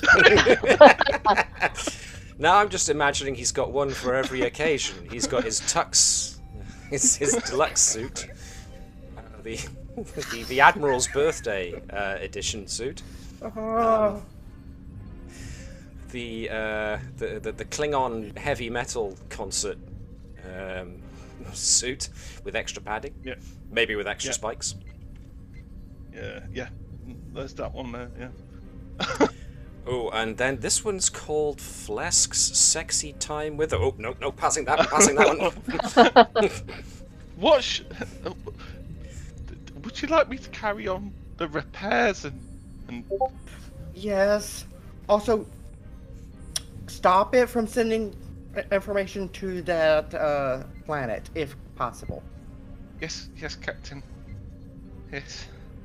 I don't need them to know that we're having blood wine. I don't think they know what blood wine is. They might do if they're getting all the transmissions. Okay, look, I've been really nervous talking to really high up people. I'm gonna go. Bye! And the comm gets cut off. Really nervous talking to high people and airing all of their dirty laundry. Ruined like 4 careers. Alright. Both. Alright, that's you just see Kenson, Carly, Ensign. zh'Ranni. Cadet. Cadet. Oh, you are going for Kenson. Okay. Kenson just giggling a little bit and going, well, at least I'm not going to be the only cadet on the ship. After today, maybe not. Right. So, well, yeah. Apparently the bridge wants us to fix it all, and stop all the transmissions going there, and then for I guess, I don't know. Ensign. I mean, you guys have pretty much finished your repair job, unless you think you haven't. So, Well, we need to stop the transmission. need to stop the transmissions going any further. That's fine. I mean, I can assume you do that because you seem to have the requisite talent assembled to do that. It'll just take a little time to just put in the code to make sure it doesn't. But what are you going to do about the damage that's already been done? You don't know there has been damage. Well, no. There's a good point. Which suggests you might need to have to go and check. There's a as Ensign zh'Ranni's finishing up, making sure that nothing else can get out. There's a little bit of her screen goes a little bit funny. She has no idea why, and then a message, a blank screen just pops up, and it says, "Don't say anything, zh'Ranni. Loves and hugs." Tavish. I like how it begins with a threat and ends with love and hugs. Yeah. She may or That's the may have biggest not threat. may or may have not hacked that station and got all of that blackmail. Okay. Noted for later. So, yes. Okay. The EV suit crew haven't got much more that they can possibly do. They've done their job and fixed the outer bits that need fixing. The inner crew have done the same and maybe patched the computer system so it doesn't now randomly broadcast comm data to nearby systems. So that takes a little bit more time, but not too much time. So, how are you going to proceed? I think if we want to make sure that none of the information has gotten out, we just need to go undercover at the seediest bars there are and ask if they've heard about the Combs crew. You want to go to a seedy bar? Yeah. Oh, that sounds fun. Eversion, do you like going to seedy bars? Gerkow has taken me to enough that I know my way around them. Maybe. Good answer. I do not know. Want to know what the science wing of our ship are not getting up to on every time anymore. You know, that's a damn good point. Both engineering and science are terrifying places on this ship. The only safe place has to be, what? Security? You say that as Sharra is literally has a focus in espionage. Well, you know, you don't know when you're gonna have to, pardon me, With wrong character. interrogation and infiltration. Yeah. So, you know, In hand-to-hand combat. your basic security officer. I mean, one wonders what the hell Garrow teaches them when he's when he's doing his job as head of security. Hey, puppy. But the fact that every now and then a random new recruit to a different department turns up, gathers a few names, and then mysteriously disappears and turns up with a gold uniform within a couple of days after gathering all that information is neither here nor there. You know what? It's just probably Delta Shift. Bunch of shifty buggers. Who trusts Delta Shift, really? I mean, come on. Nobody. Ironically, she also has a focus in survival too, so... Hold on. Is Delta Shift the nighttime shift? Essentially. Wasn't that the shift Tavish took over? Yes. Night shift. Well, that makes a lot of sense then. Bunch of shifty buggers. Okay. Ironically, Jorah prefers that shift. Probably where she started. So, we're going to the planet then? Yes, no? Yes. Feel big with it. Okay. So, 3 light years isn't terribly much when it comes to a ship like this, so it doesn't take you long to warp off and find yourselves in the Shawan system. So hopefully you can see this. So, you do warp in, and you find a planet with satellites in orbit. Not terribly sophisticated fast satellites as far as your level of technology is concerned, but I am presuming that your ship is proceeding with caution just in case they do have satellites and stuff in orbit that will allow them to see you. So, Somebody press the big red cloak button. you want to press the big red cloak button? Cool. All right then, let's press the big red cloak button. We get the sound effect and everything. I think from now on, I think that's what we should say anytime we want to go cloak up. Are we able to keep our shields up whilst under cloak? Do we No. put that mod on? No. Not yet. Okay. Far too much. Power Pull the lever, Kronk. And then we blow up by accident. Wrong lever. Who sent the transphasing torpedo down to down to the planet?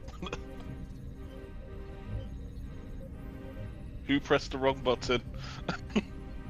Okay. Couldn't be any of us. I'll never So- tell.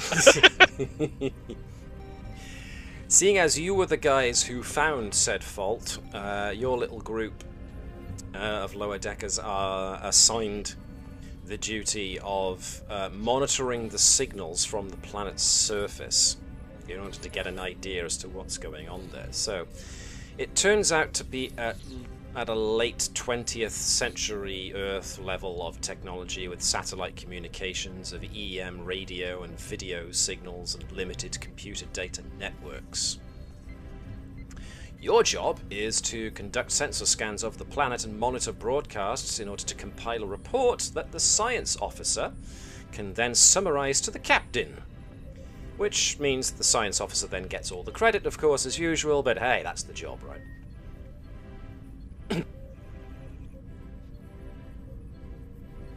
So, sensors. Whom of your little lot on the lower decks totem pole is going to be doing the scanning? Has to be Eversion, I think. If that's what you think, then that's what we can do. I'm just going to be controlling science aided by the ship's sensors and science.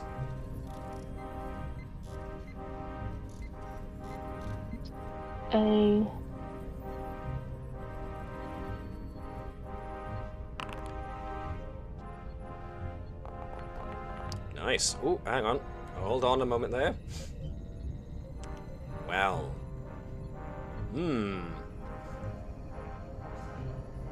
Okay.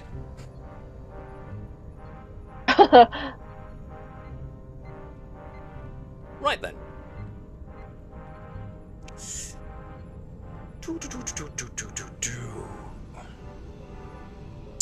Ooh, now what can I possibly... Okay, yep, I've got it. So, you guys were actually brought along. You weren't just left behind on the comm array, so that's something. Your report. Well, the investigation will reveal the following that the science officer can debrief the first officer with. The zh'Ranni appear to be a typically bumpy-headed humanoid species, but to all intents and purposes, it looks like that they have been picking up Starfleet data streams for more than about a dozen or so years. And not only have they managed to successfully translate the unencrypted signals, but it seems the entire culture has been influenced by them.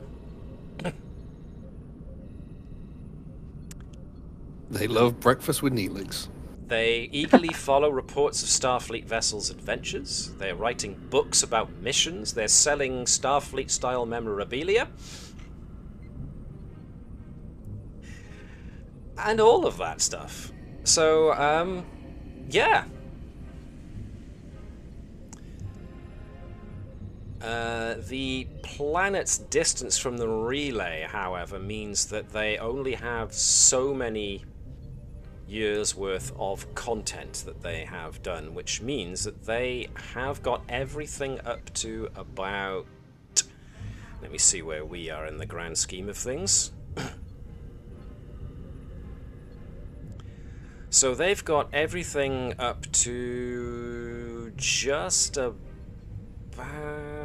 after the end of the brief Klingon Federation war that happened. So they got most data up until that point, but everything else has taken a bit too much time to get here, so they don't have the most up-to-date information. Doobity-doobity-doobity-doobity-doo. According to your scans, they are getting data about information about Voyager and its disappearance, and are also getting we're about to get fed breakfast with Neelix, until you recently cut off their ability to receive those. So, for better or worse.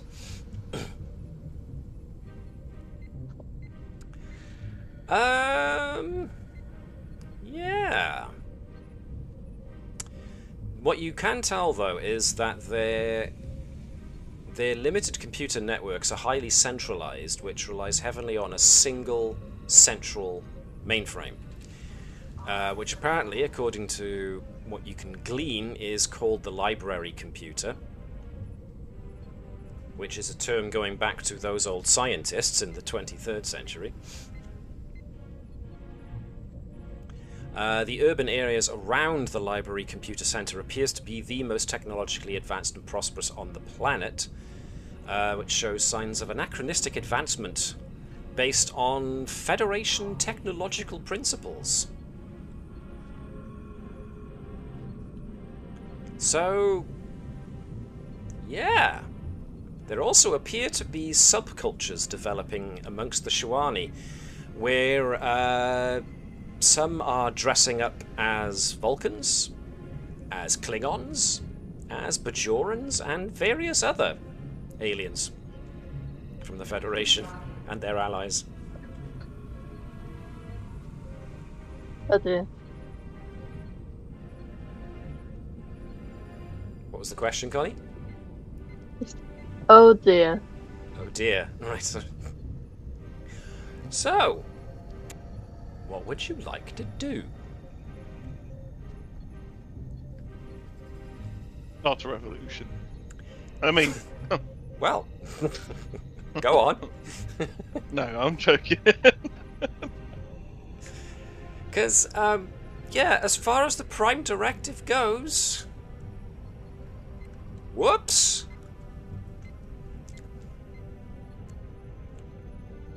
Well, contact hasn't been made with them. They've No. just taken signals. Yes? We need to cut them off. We have. We've Need to fixed make- the Oh. problem. Culturally we, realign them. Ow. Good question. No idea. If we were to sneak in and destroy their library, that's the worst kind of first contact. Ah. oh, I've got an idea. The How entire about- collection of Breakfast with Neelix? I agree. No, Just drop it off. no, I was thinking we try to do our own TV shows, which are really, really rubbish. So they just stop watching all of that. So, Discovery. Oh, Sorry. Oh. Shots thinking more fired. Deep Space No, I Nine. actually do watch Discovery. I do like bits of it, Ooh. but the third Whoa, season hang of on, Discovery can go to Hades. What was that Deep Space Nine slander in the background I heard then? Yeah, Deep Space Nine was amazing. That's Still my is. favorite. It's my favorite. No, It's not my favorite. It's like I think it's like objectively the best show though. Yeah. Liz. Defend yourself. Liz, you were trying to say something. What were you trying to say? I prefer Voyager Fine. over and indeed Over- Space Nine is Okay. It is the one that can go into forever spin. For what it's worth, Voyager is my favorite Star Trek show, but I do also really like Deep Space Nine. The Defiant, No, though. Yeah. Sorry. Okay, the Defiant's got It's guns, but you know. It's Next Gen and Voyager. Okay, I can agree with that. I like And them all, and I got a personally. and I have a puppy that wants attention. Ah. So, yes, it seems that similar debates are going on down on the planet. Some people debating about how the crew of Voyager are so courageous in what they do. Others are somewhat disbelieving of their antics, apparently, and questioning some of the decisions. There's even one or two discussions about whether or not Janeway's a murderer. Or whether she's actually one of the most sinister versions of Starfleet captains you'll ever come to see. Can I ask a question? Of Are course. they just getting Voyager stuff? No, they're getting stuff from everybody. In fact, there's evidence that they've been getting stuff for some time and have access to historical records too. So there are some who are accessing old stuff. There's some. Let me start again. There's evidence to suggest that some of the zh'Ranni have been accessing old stuff from around the Kirk era. Listen, did they have a big civil war about Kirk versus Picard? Well, you don't know, but you might have to go down and find out if that's the case. Away team, assemble. So, yeah, command crew. Are you going down as an away team? You're not Just trying to- to fix this. Hold on. Is this You're about to the move whole- everybody. Is this the whole command? Is this our command crew, or are we sending down, Well, the you know, peasants? The B team. this is this depends on how big a job you think this is.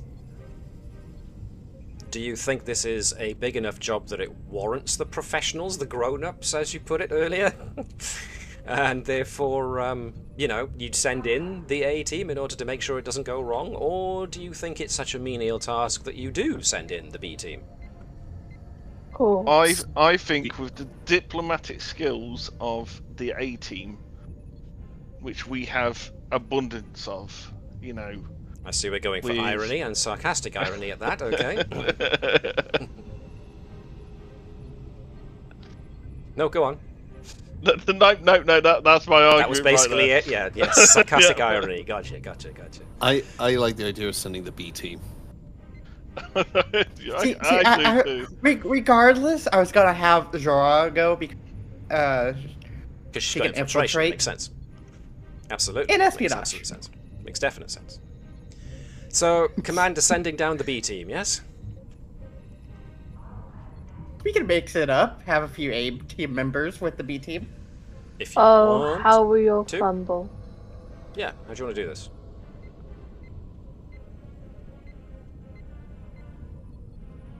You don't know? I'm going to take a Tavish because more than likely there's going to be something to hack.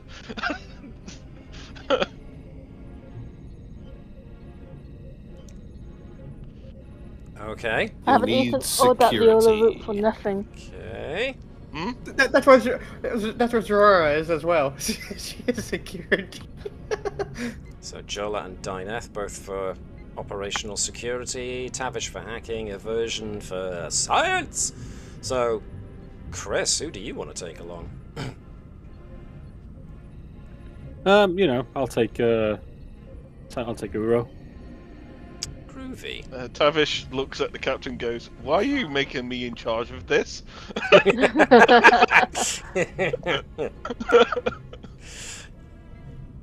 Does Hopkins just give a smile and a wink? Give me a reason why, Captain. Yeah, you are making me in charge of all of these people here. You need more command experience. What do you mean I need more command experience? Touche. Ooh, shots fired back. More command experience that doesn't involve hitting people upside the head with a hyper spanner. Yeah, okay. And back again. You wait until I get back to the ship and throw I'll be spinning at your head. See, the captain says that as she's drinking blood wine. Glurgle, glurgle, glurgle. It's Goddamn such a shame. alcoholic. I almost picture it as a kind of like the captain looking at Tavish while she's guzzling down, as if to say, "This is the party you'll be missing while you're gone." All right then. All right, everybody. Sending down the people. So you're going to the library computer area or somewhere else? You tell me. Well, perfectly honest, would it be a good idea to go down in these clothes and looking like we do? That's a good question. What do you think? Probably not. I mean, we might just blend in with the cosplayers. Well, let's. What clothes do they wear? Is there cosplayers? You want to have a look right now as to what's going on around the library area? Yeah, why not? Okay, give me a second. Oh god, I don't like that. Give me a second. It sounded really enthusiastic. I know, right? This is what's happening right now outside when you use visual sensors to have a look at the area that you're going to be traveling to. Be fine. Okay, maybe we do need some kind of surgical stuff to make us look purple. There's that. Phlesc should go because he'll fit I right was in. gonna say. Tavish just goes, "Hey, Phlesc, you may want to come." So, would you like to revise your away team? Or are you good with the setup that you currently have? I'm good with the setup. We can use disguises. Oh, Tavish, you're on your own. No, Phlesc. If this goes all right. So, yeah, You'll be believe in fine, Commander. some of you need a bit of most of you need a bit of minor surgical alteration in order to change the pigments of your skin, and they got slightly pointy ears and bumpy foreheads. Dai'Neth's bumpy forehead needs to be slightly less bumpy, so, yep. Nilo, can you change the pigment of my skin, please?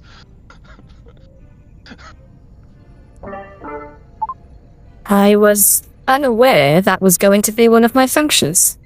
I didn't know it was Let going to be one of your me functions. see. Tavish, you experience a hideous burning sensation all over your skin as your pigmentation changes to bright orange. No pink. Do it again. Apologies. Right I was using IYG then. Yeah, let me fix this. Let's try. Hey. Now you I are have bright pink for purple. everyone. All right. Let me I just send. picture this is happening in front of everyone. Yes, in Hold front on. of everyone. Hold on. Let me send you a picture of what they look like. Here you go. Oh. I think you can get that. Right, so tone down the pinky purple. Right. Oh, yes.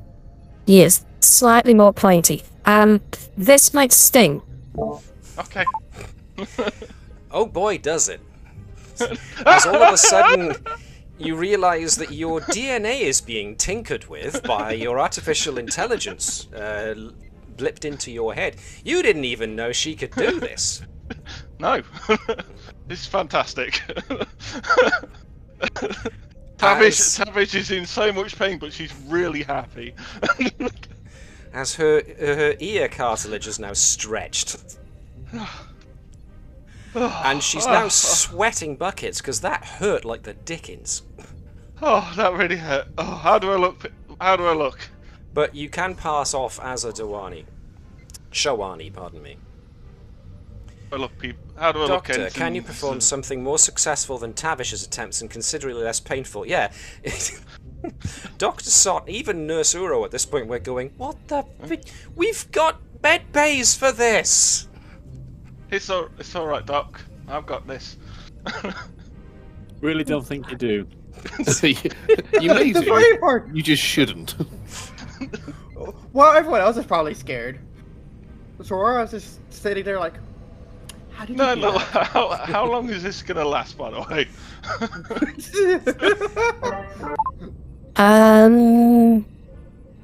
Yes. Excuse me. What do you mean, excuse me? You're in my head. It's not like you can go anywhere. I'm sorry. The Neshlel you are trying to reach is unavailable right now. Would you like to take a number? Yes. Your call is important to us. You are number 125 in the queue. Wonder where she learnt that from.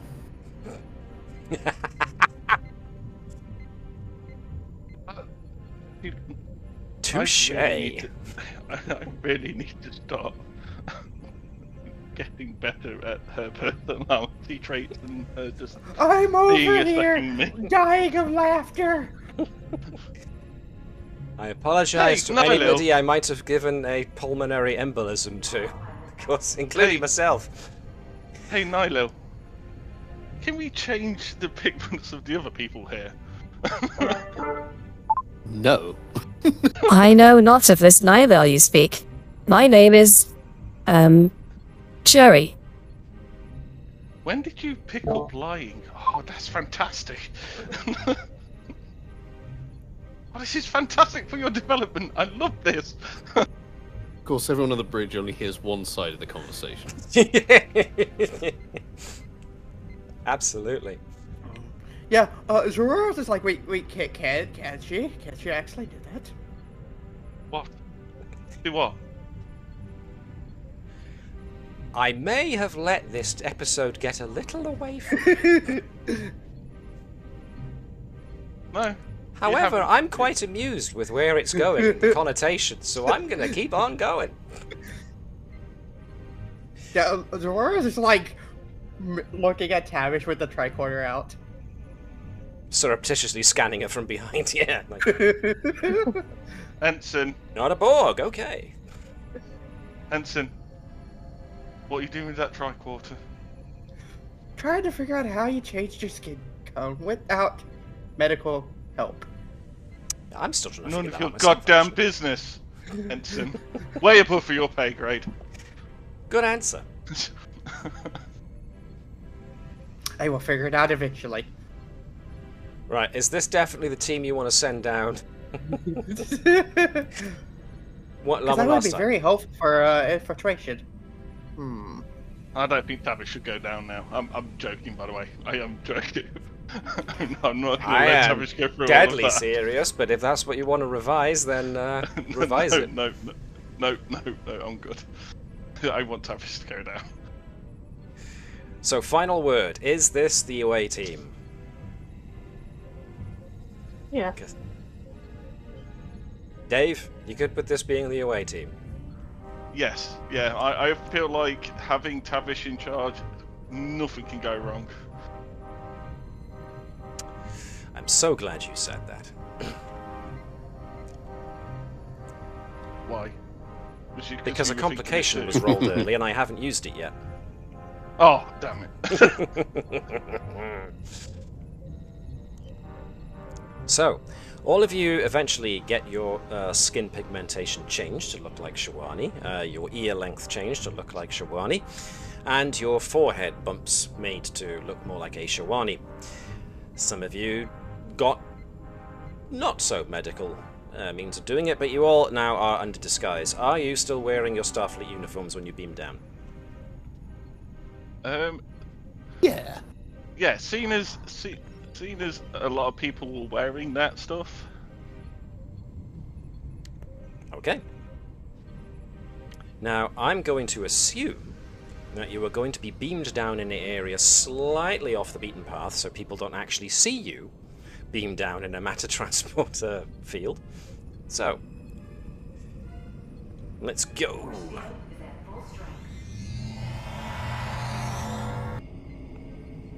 And we end up...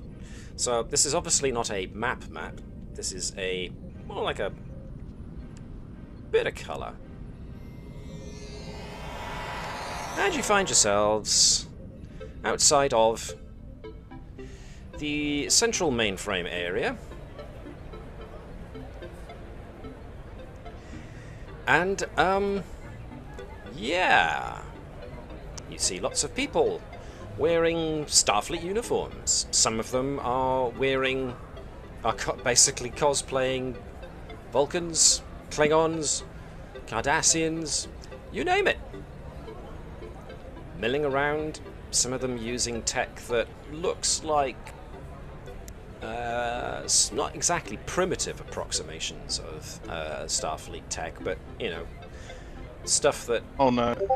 is starting to get there. Oh no. They invented the iPad, but they don't call it the iPad.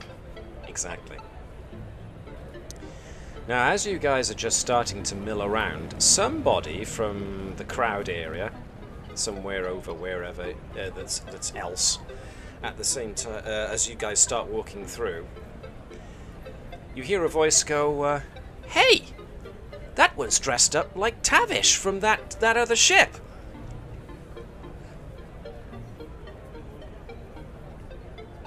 At which point people start to crowd around Tavish. Whoa, man, that's so cool. How did you get that thing to stick without seeing where the glue goes? As they're all now starting to poke and prod. I had my friend do it. Wow, where did you get the makeup effects from, man? That's like so cool. Yeah, it is.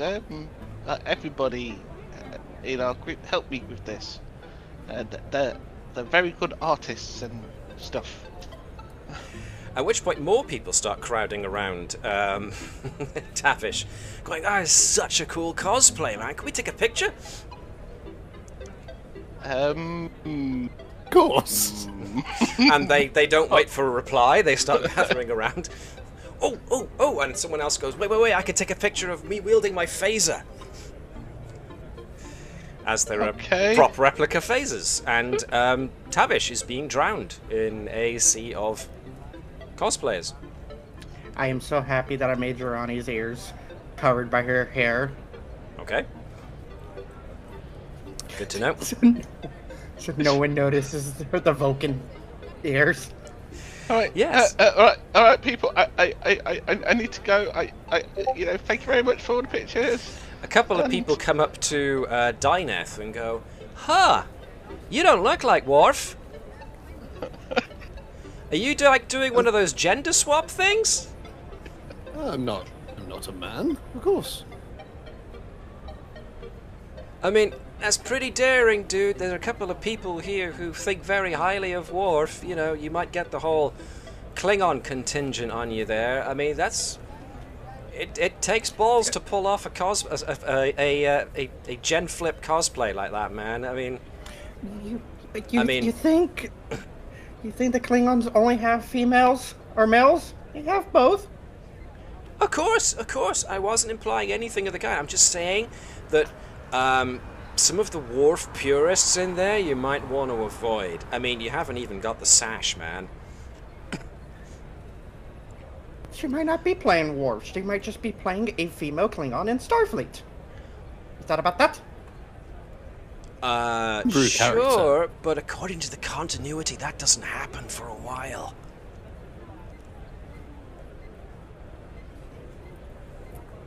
Can homebrew my own LARP character as all you want. Oh, you're one of the LARPers. Oh, I'm so sorry. This is mostly fan convention. So, you might want to come back in a couple of days' time then, because that's when the main LARPer convention attends. Unless, of course, you're scouting for more authentic uniforms and such for your... but they're not really made for LARPing, so I don't know how useful it's going to be. So I feel that pain. Yeah, me too. I mean, some of the props might break if you get any of the props from here, so, you know, just watch out, is all I'm saying.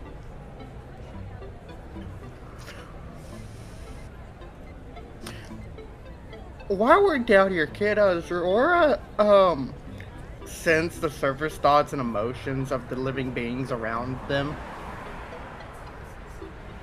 Oh yeah, everyone around here is quite jazzed up and quite excited about the day, because apparently there's going to be like all sorts of stuff going on, speeches and the like, and so everyone around here is very excited and enthusiastic about the whole deal.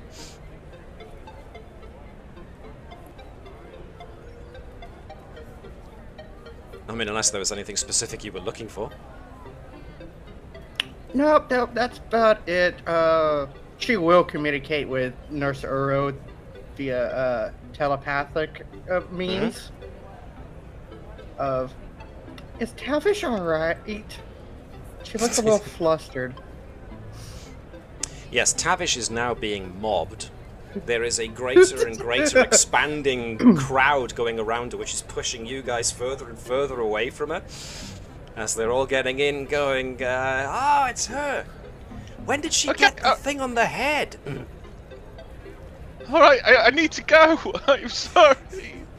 You're trying your best to get away, but you know, you're just being continuously mobbed by people going, well, just one more picture! No, I need to go, I'm hungry! Yeah, Nurse Uro just hears that's about it. Yes, okay, the empath and the telepath of this group are basically getting huge waves of panic coming off of Tavish by the sounds of it.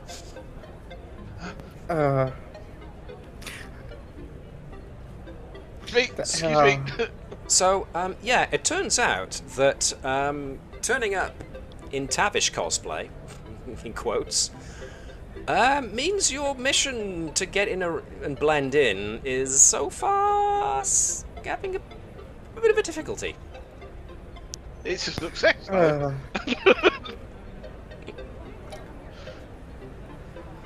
couple of people walk past and go, yeah, she's no Belana Torres. Sharra just laughs at that. You know what? Excuse me. No more pictures. Sorry. Just trying to shoehorn her way, elbow her way through this crowd of people now. Yeah, Sharra's just like standing there with a hand on her hips, like, "Come on, Tavish, we gotta go. Food's gonna get cold if we keep waiting." Right, so, how are you? She gets to them and just, no, you don't call me Tavish. So, there's still a crowd of people around you, mostly vying for Tavish. So, how are you going to approach this problem?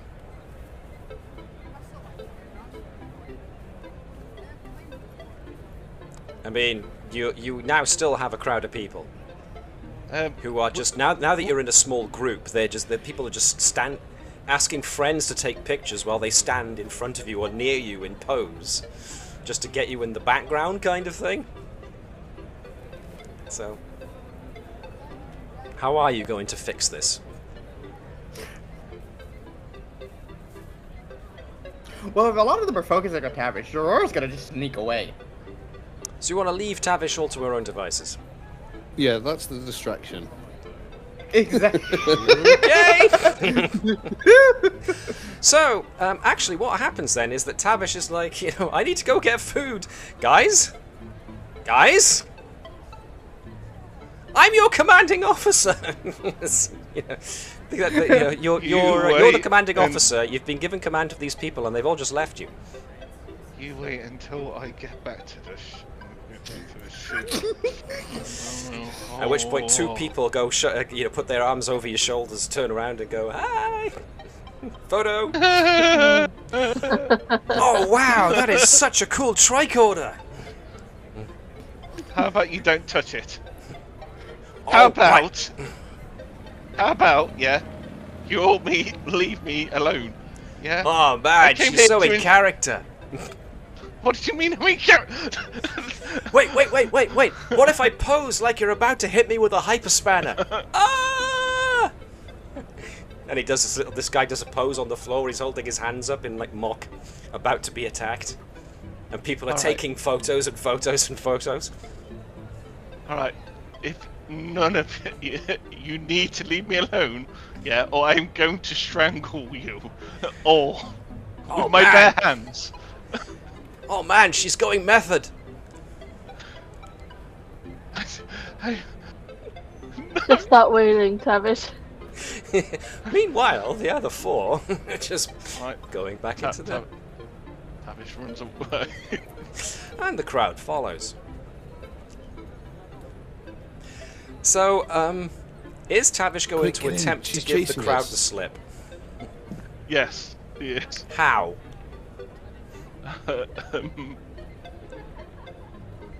She's gonna find some Tavish cosplayers. It's a very niche market, but okay. Once she finds, she'll find one, then two, then three. Tavish cosplayers, and she grabs all of them, and it's like, okay, follow me, and then she goes, all right, which one is the best?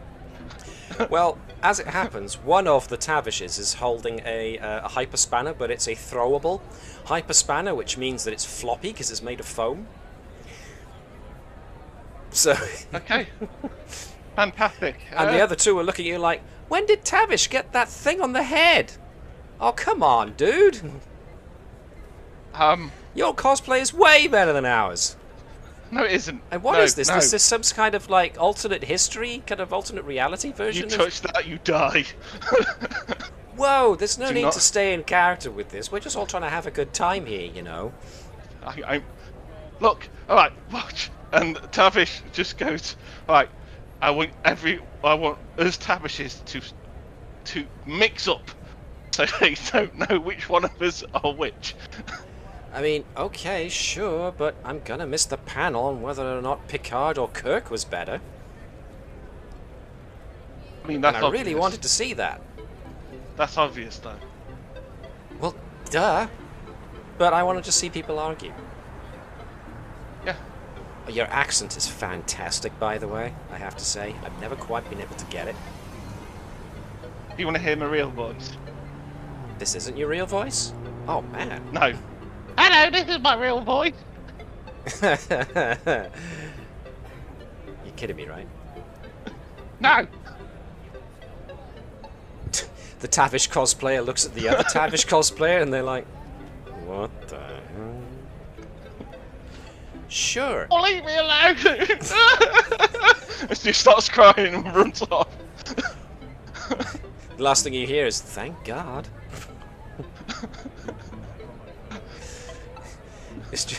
In case it wasn't obvious, this is AI created, and I'm sorry for it, but this is the only way I could get this scene. This girl has got a very, very flexible neck. I mean, damn. Anyway. Moving quickly on. What do you want? The guy behind her was trying to go all Riker, apparently, and whatever. But yeah, Tavish, you think you're going to have a lot of trouble getting around this place. Your cover's been blown very well. Not your cover hasn't been blown, but you've gotten a lot of attention very quickly, and there were only 2 other Tavish cosplayers. So Tavish will try. Might I suggest escape? Yeah, she's escaping. She's running and crying.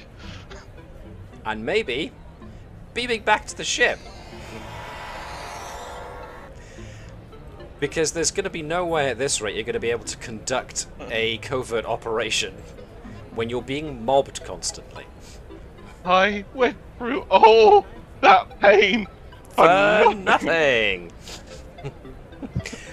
So I'm briefly going to pop us back to the Captain, the bridge. if you ever put me in charge of another away mission, yeah, I am going to shove my hyperspanner so far up your arse, yeah, that I can move your jaw with it. And use you as a puppet. I picture that this is the same time that Zh'Ranni in her secretly. So who would we like to suggest replaces Tavish down on the planet below? Let's take zh'Ranni. zh'Ranni. Back she goes. Get down there now. Apparently I'm too popular. Hold on. Apparently I'm you too are. popular. I mean, why did I go? I had fans. People liked me. All Hopkins says, from between gulps of her blood wine, that's a shock. People liking you? I didn't see any of you down there. Goodness. To be fair, you didn't look. All the captain says it's good. There was a couple of Phlesks.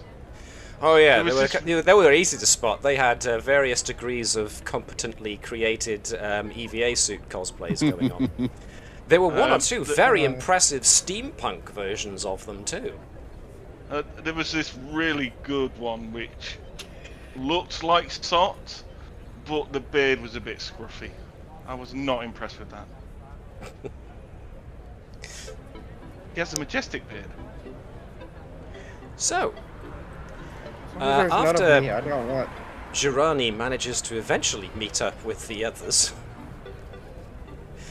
you guys are trying to get into the main area.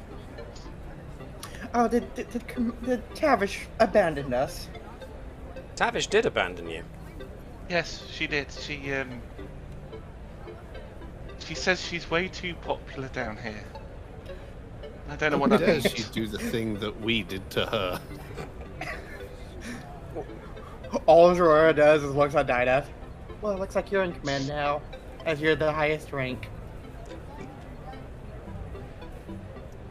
Technically, she's more or less the same as an ensign. So actually, the most, pardon me, just a moment. Well, she says lieutenant. Same with the nurse Uro. Everyone else is in. Dai'Neth, is she lieutenant? No, it does say rank lieutenant. Okay, yeah, that's fair enough. But so is Uro. Uro's actually not an ensign. He's a lieutenant as well. So.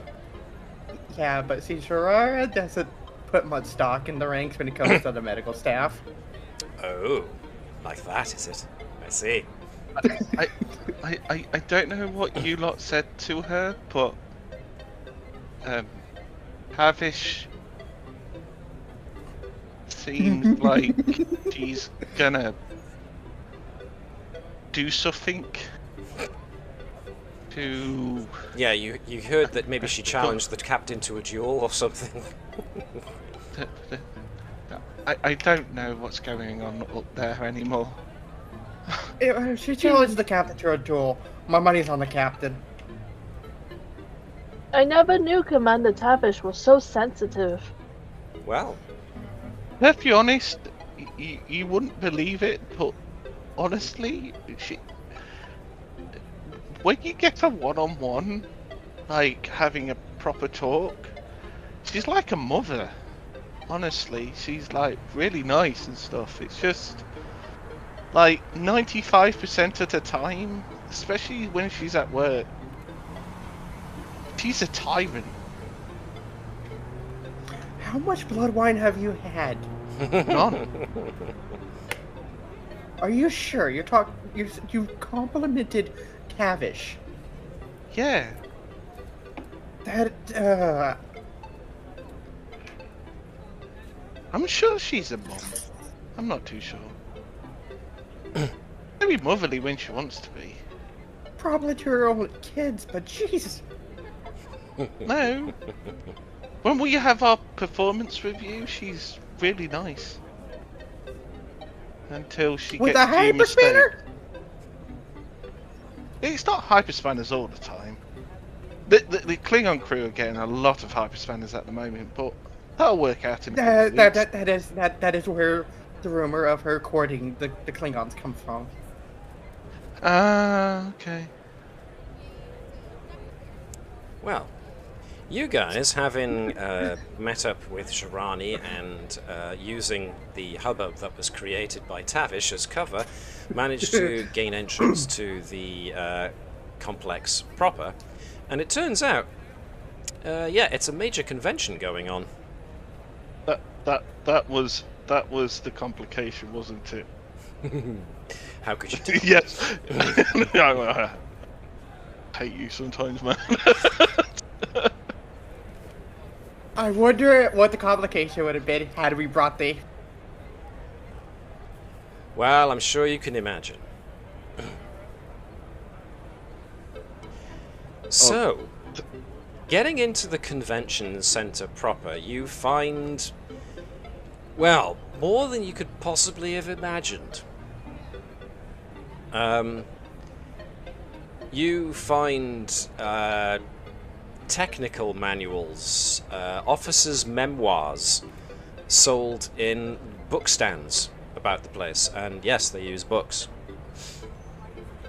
Zh'Ranni is immediately looking for Sobek, if they have anything of Sobek. Surak or Sobek? Sobek. Sobek? See if they have anything from... See if they have anything from the Combs. They have a couple of things here and there, yeah. It appears to be quite a niche following. They only have about... She'll get... Go on.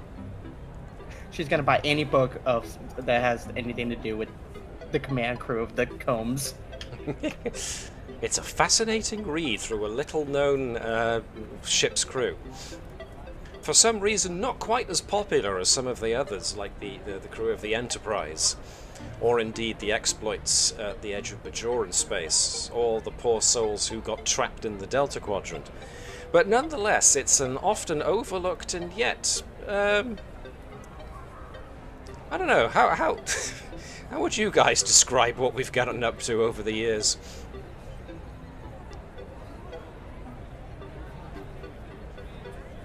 That good, huh? Okay. It just leaves them speechless. They've got no description. I think we've been pretty adventurous and brave. I mean, we go all in. Chaotic. Yeah. Chaotic. There we go. We'll use one of those as the descriptors.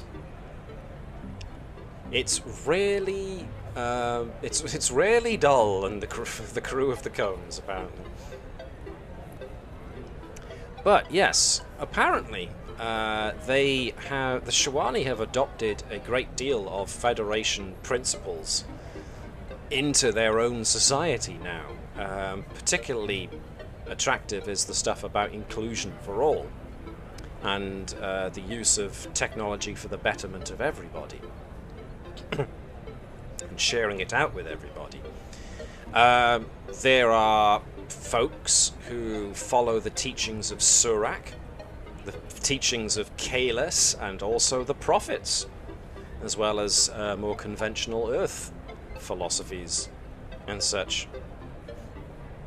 There are also certain minorities which you could compare to like the New Age movements that we had, but these guys call themselves the Alien Ages.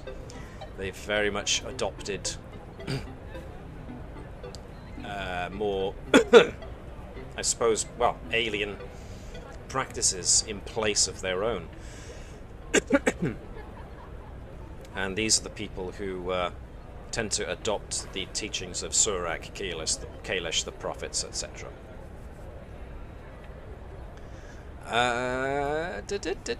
But getting into the actual convention center itself, it seems that, yeah, you've got an entire campus built here based around the library computer's mainframe building. And there appear to be the research wing, there's a cultural studies wing, there's all sorts. And because luckily you guys are just essentially turning up in your own uniforms and your low-ranking people in the crew of the Combs, nobody seems to be recognizing you. Although, zh'Ranni, you are a bit, shall we say, less than impressed with some of the levels of quality when it comes to Andorian antennae, prosthetics. Some people have just gone into using like a hairband and just stuck blue, what would you even call them? Fake blue antennae off the top that look like they're on springs. Same goes for Dai'Neth and the various attempts at recreating Klingon foreheads.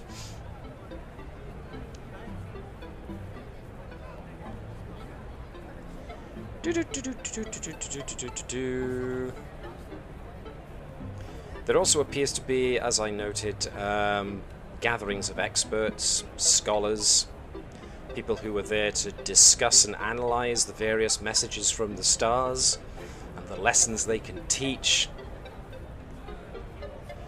Thousands of zh'Ranni have gathered in order to watch basically Starfleet video logs and records, and there are presentations being given here and there. People sometimes sharing stories about how their lives have been changed and improved based on these messages from the stars.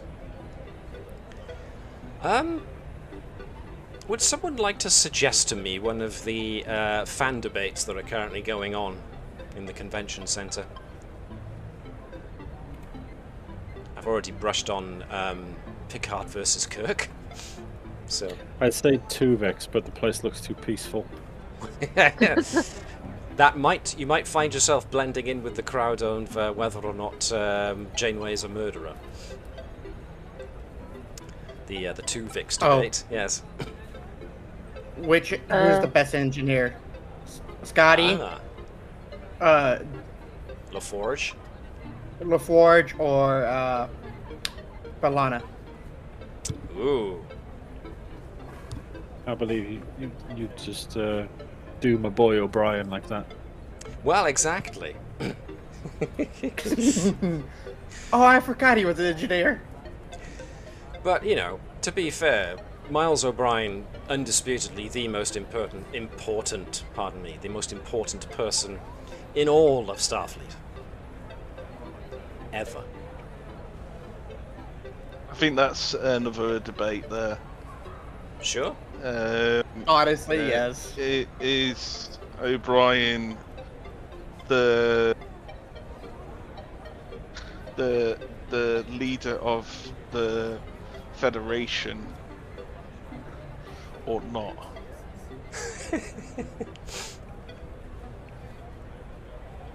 Interesting. I had something then and I just slipped from my brain. And I'm sure it would have been hilarious. People are selling cuddleable tribbles, which Dai'Neth should find offensive.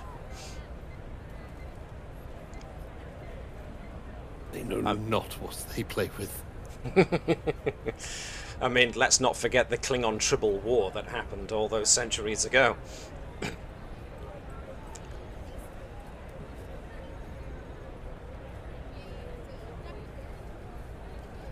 I think there should be a top 10 sexiest villains.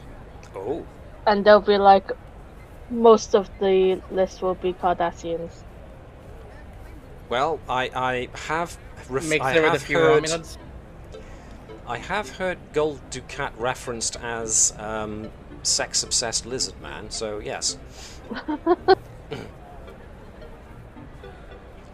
You're not wrong. Yes, Dave. I've got another debate which is happening. Cool.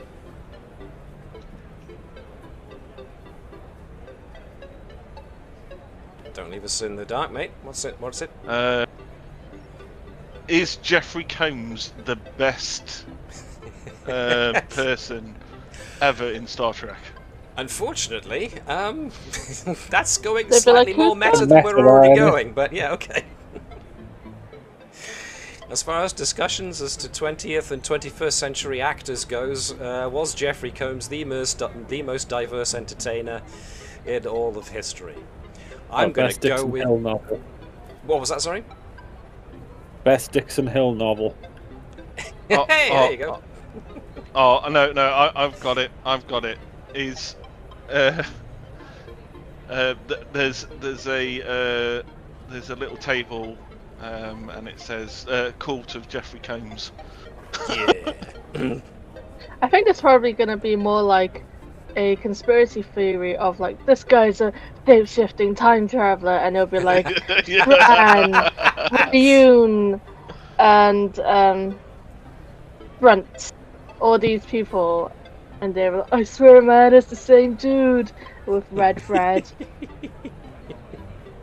Yeah, Yep. but that's why 100%. that's why the Court of Jeffrey Combs is so popular, because they Because believe they could he's be everywhere. anybody. Could be you. Yeah. In fact, there's probably one person who's cosplaying as Jeffrey Combs in all of his various guises. So they've mixed all the costumes and prosthetics together. Damn. Yes. Let's see, what else can you find there?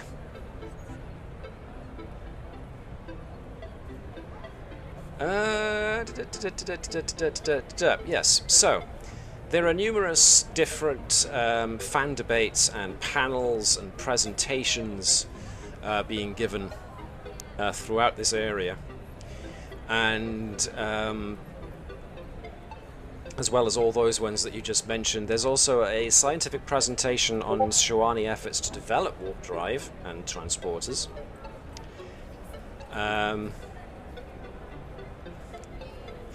There is an ethical debate on how transporters might disrupt privacy and home security, as well as the transportation industry.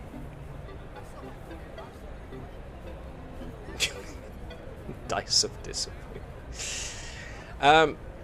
There's a debate between different alien age sects on whether Surak's teachings or Kalesh's are more relevant to the zh'Ranni society's problems.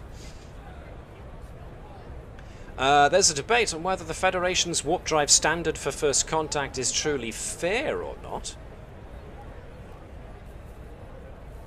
There's a couple of zh'Ranni biologists who are desperately struggling to theorize how interspecies breeding is possible, insisting that it makes no sense by any biological principles that they know. Which might amuse Jolla somewhat.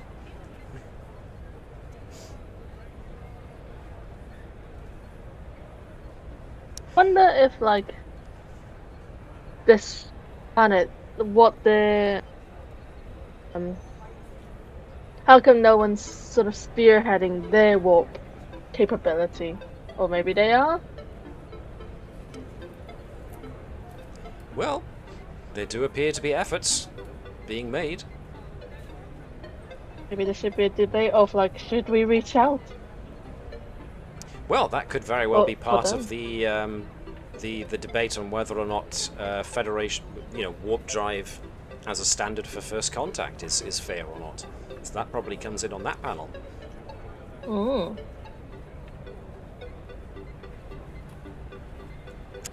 Now, you learned that one of the keynote speakers at the convention is a zh'Ranni lady by the name of Kuda Kellam, who apparently started out as a radio astronomer, who was the one who originally discovered the Federation signals all those years ago, and apparently led the team to the translation of them. So she is going to be about for a debate, if needs be. And that's what she looks like. Ooh, might be worth finding out a bit more. Time to go and kidnap the keynote speaker. Well, there is security about the place, and there are plenty of people who want to hear what Dr. Callum is all about. She seems to be a very notable celebrity around these parts, as you might imagine. It's fine. We'll use our phasers and everybody will think it's a show. This is a cosplay. Oh, Well, that might bring me to the next person. Let's see if I can find them. Another important guest at the convention is a fella by the name of Algie Bermrod. Will be over here. This guy has become rich and famous by developing marketing and entertainment possibilities of Federation knowledge. His studio puts together the edited and translated video logs with either the original Federation standard or Sharwanese subtitles, even the redubbed version by Sharwanese voice actors. He's commissioned books, memorabilia, costumes, etc. At the moment, he seems to be directing a number of individuals with what looks like camera equipment and overlarge microphones, which have to be hung by a metal rod. There's definitely something going on over there with this fella, because it looks like they are trying to shoot a movie.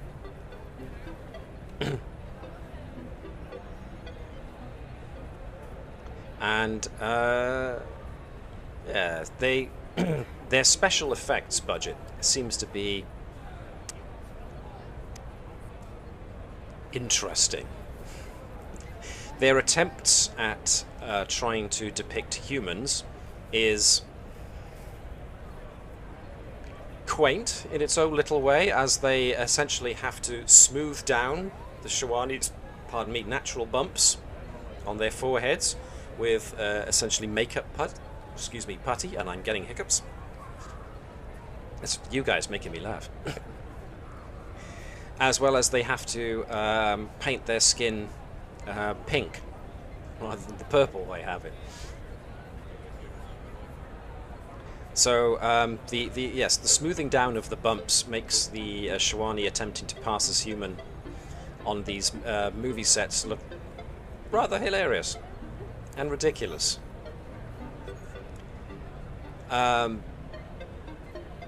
They are attempting to apparently film a scene where somebody uses a transporter, and they seem to be creating this visual effect by they've put the actors on their set of a transporter pad. They filmed the people who are in full costume getting onto the transporter pad, and then they call cut, at which point the actors and actresses move off of the transporter pad, in quotes. They're then replaced by what looks like a mannequin of some sort that attempts to look like each of the individual actors, dressed in the same costumes, but the mannequins don't seem to be made out of wood or porcelain or anything like that, or any kind of rigid substance. It's made out of something else entirely. And when action is called, you can see, since you're back away from it, along with all the other onlookers, that they release a swarm of luminescent insects that swirl around and devour the mannequins at high speed. oh god. I'm sure that's not how teleporters work. How close are you getting to that filming? Are we going to watch it all? Are you going to watch it all? Version's Let's gonna stay research. away. The version's He's going to scared stay of away, okay.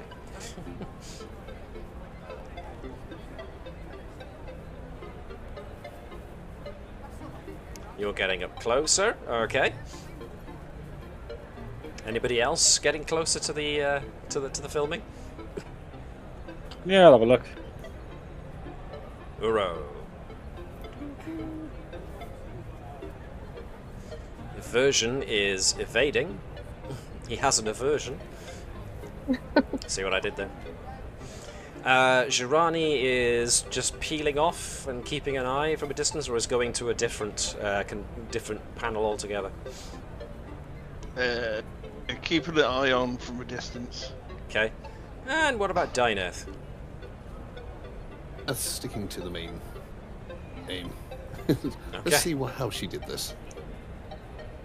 Alright. So, let's go to...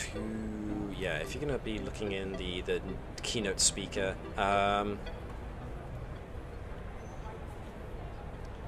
yeah...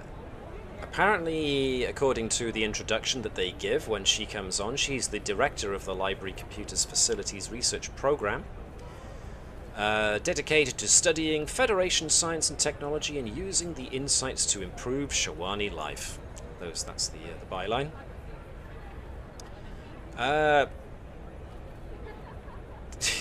They start off the speech with an amusing little anecdote. One of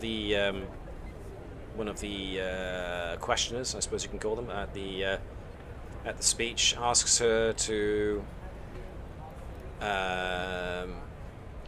reference episode. Name me a Star Trek episode that this woman would quote from.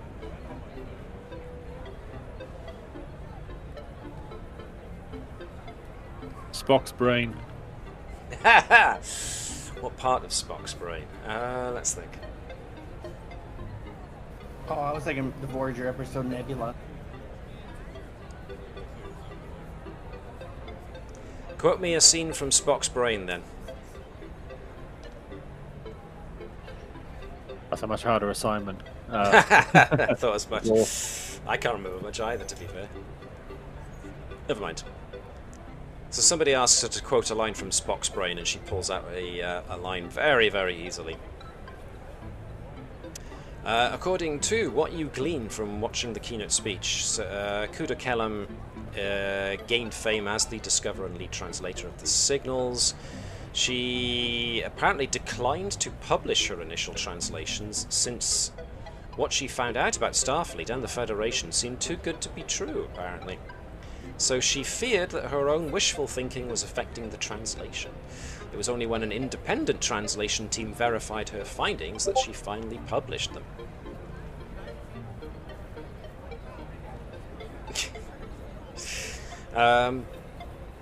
So,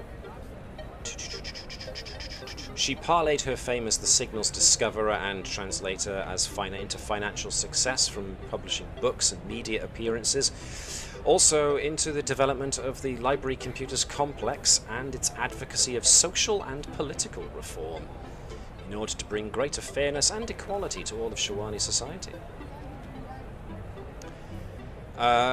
So essentially the main thrust that you get from him is that this woman has an intense enthusiasm about everything Starfleet.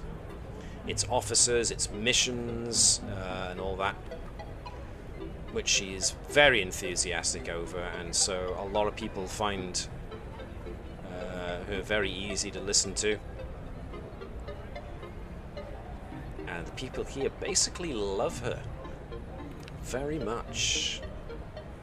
Now, going over to the other guys, ever so briefly, the guys who are going near the filming, as the little scene that's being recorded over there is being played out, the guy behind it all, who's dressed in a suit worthy of the era, so he's not necessarily dressed up in Starfleet attire, he all of a sudden seems to notice Uro and Jolla.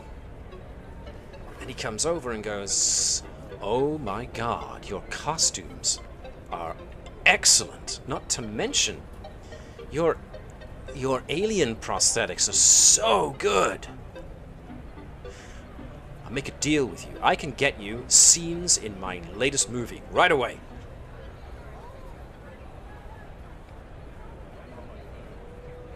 What kind of seats? Oh, we'll see what's open. Let's see. We're gonna go for. Let's see. What could we do? How good are you guys at delivering lines? Let's test it, shall we? I would like you to read out the following pseudoscience stuff. Is it in a language we best recognize? you can. Do we recognize the language? I need to pull some track talk out of my butt here. Give me a second. No. What do they call it? Track talk? Track technobabble. That was it. Let's see.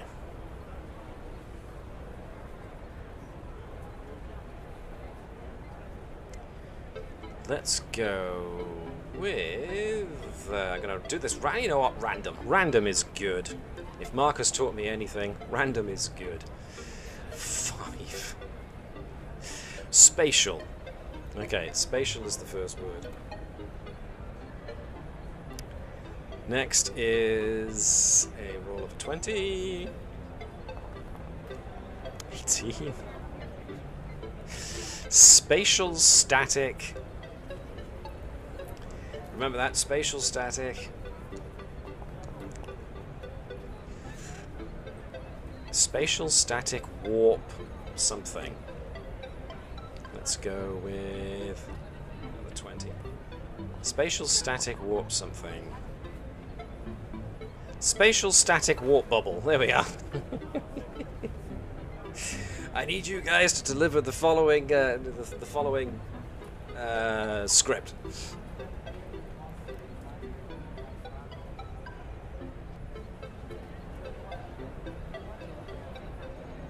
So he's basically got one of you reading from a script, giving an appraisal as if you were background characters answering to a main character who is obviously playing the commanding officer who stops by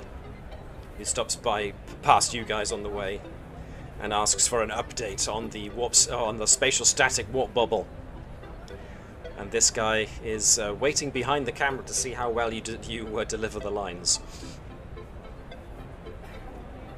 How well do you deliver the lines? Should we roll for it to see how well? If you want to. What the hell do you roll? Yeah. Presents. And because this has to do with warp engineering? Sure. Uro, want to give me presence and engineering as well then, please?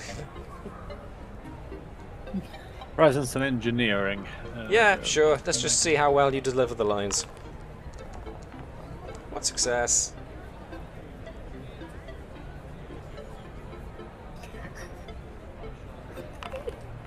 One success. Okay, not terrible is the answer. The two of you have probably been talked into once or twice doing some of the amateur dramatics shows in the holodecks that occasionally go on Starfleet ships, apparently. And didn't do too badly. You will notice, though, that the main character that you're talking to is hopelessly overdone on the whole makeup thing. Obviously wearing some kind of wig and prosthetics to even down the forehead and hide the ears as best as they can. But yeah, it's all hilariously poorly done, but so bad it's good kind of thing. And so the guy calls, cut! Not bad for a pair of newcomers. Let's see if we can't set you up with some more. So it seems you guys have been given a minor acting gig at the moment. So,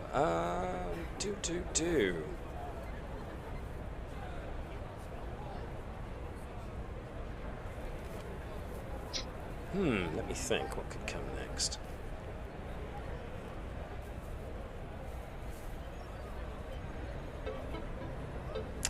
Yeah, okay. So, what do Dai'Neth and zh'Ranni take away from what they've learned about Kudo Kellum and her life? An understanding of how she managed to receive the transmissions and was translating them and verifying. So a scientific approach. Impressive. Essentially, yes. Unless you got anything to add there, Dave? No. I'm going to guess not. Connie, what's Eversion been doing all this time? I think he's going to be sort of looking around. I think he's going to see some not so happy people around. There's always maybe not so happy if people at a there's- convention, yeah. If there's any debate on the ethics of listening in to all these personal logs and diaries and not even Ah. reaching out. Okay, that's interesting. Or otherwise he's going to start something and be like, so isn't it a bit rude to listen in on these kind of things? Yeah, and that sparks the whole debate as to whether or not they think these people are actually real people or not. Whether or not aliens actually exist. And if they do, are we in fact, breaching their privacy by essentially popularizing their personal logs and stuff? So yeah, there's quite the that's quite the suggestion you've made there, and people are like, no, really? And it gives a couple of them some some uncertain looks. It's like, yeah, man, that's a question. Are we profiting? Are we fanning after other people's lives without their permission? And that makes a couple of people feel bad. You know? And others are like, no, these are people we can aspire to be. They're examples to us all. And some people are like, what? Even that Gerkow lady? And some people are like, what Gerkow lady? Like, you know, from those niche books about that whole hairbrush, the USS hairbrush. Oh, you mean the combs? Yeah, that's them. I thought they were all just I thought the debate around them was that they were all time-traveling shapeshifters. I don't know, man. I can't keep up with all these new subgenres of Starfleet. I hear they're even going to try doing one of the time between Archer's Enterprise and Kirk's Enterprise. Hey, you know who would make for a really good character to actually see what he got up to? Christopher Pike. Am I right? Yeah, why do people don't make as much noise about him these days? I mean, he was there before Kirk, and on it goes. And just as you're all starting to coalesce back, because filming has been put on hold for a bit for lunch and whatnot, and for this guy to start hawking more of his merchandise and wares, getting people's attention as the new stuff they can buy. And apparently there's a new movie coming out where apparently they recast the guys who played the original Enterprise crew and are going to be playing it as if it's from a different timeline. Apparently just for an excuse to put young people back in the roles, or so the debate goes. And that's when you hear a commotion start to happen as a load of people barge their way in and start bringing noise and protest and commotion. A load of people dressed in civilian wear. A couple of them have got placards. They all look terribly angry, and they appear to be led by an individual. And they're coming up, and they are now marching towards the end of Kudo Kellum's speech, where she's taking questions. And these guys are heading straight for there, making quite the kerfuffle. But as to what this kerfuffle could be and why these people are so up in arms, we'll have to wait until next time, where we discover not only what these people have got to protest about, considering how well it seems the zh'Ranni seem to be taking to the idea of Federation society, but also how it is that our away team are actually going to, well, try their best to find a way of undoing what damage has been done, whether or not damage can be undone. So, let me just confirm or deny that folks can actually make it next week, same time, same place. Yep. Yep. Excellent. That depends on the heat. It does depend on the heat, because yes, we are going to get a heat wave, so yeah. Keep your eyes for that. Yes. That is a very good point.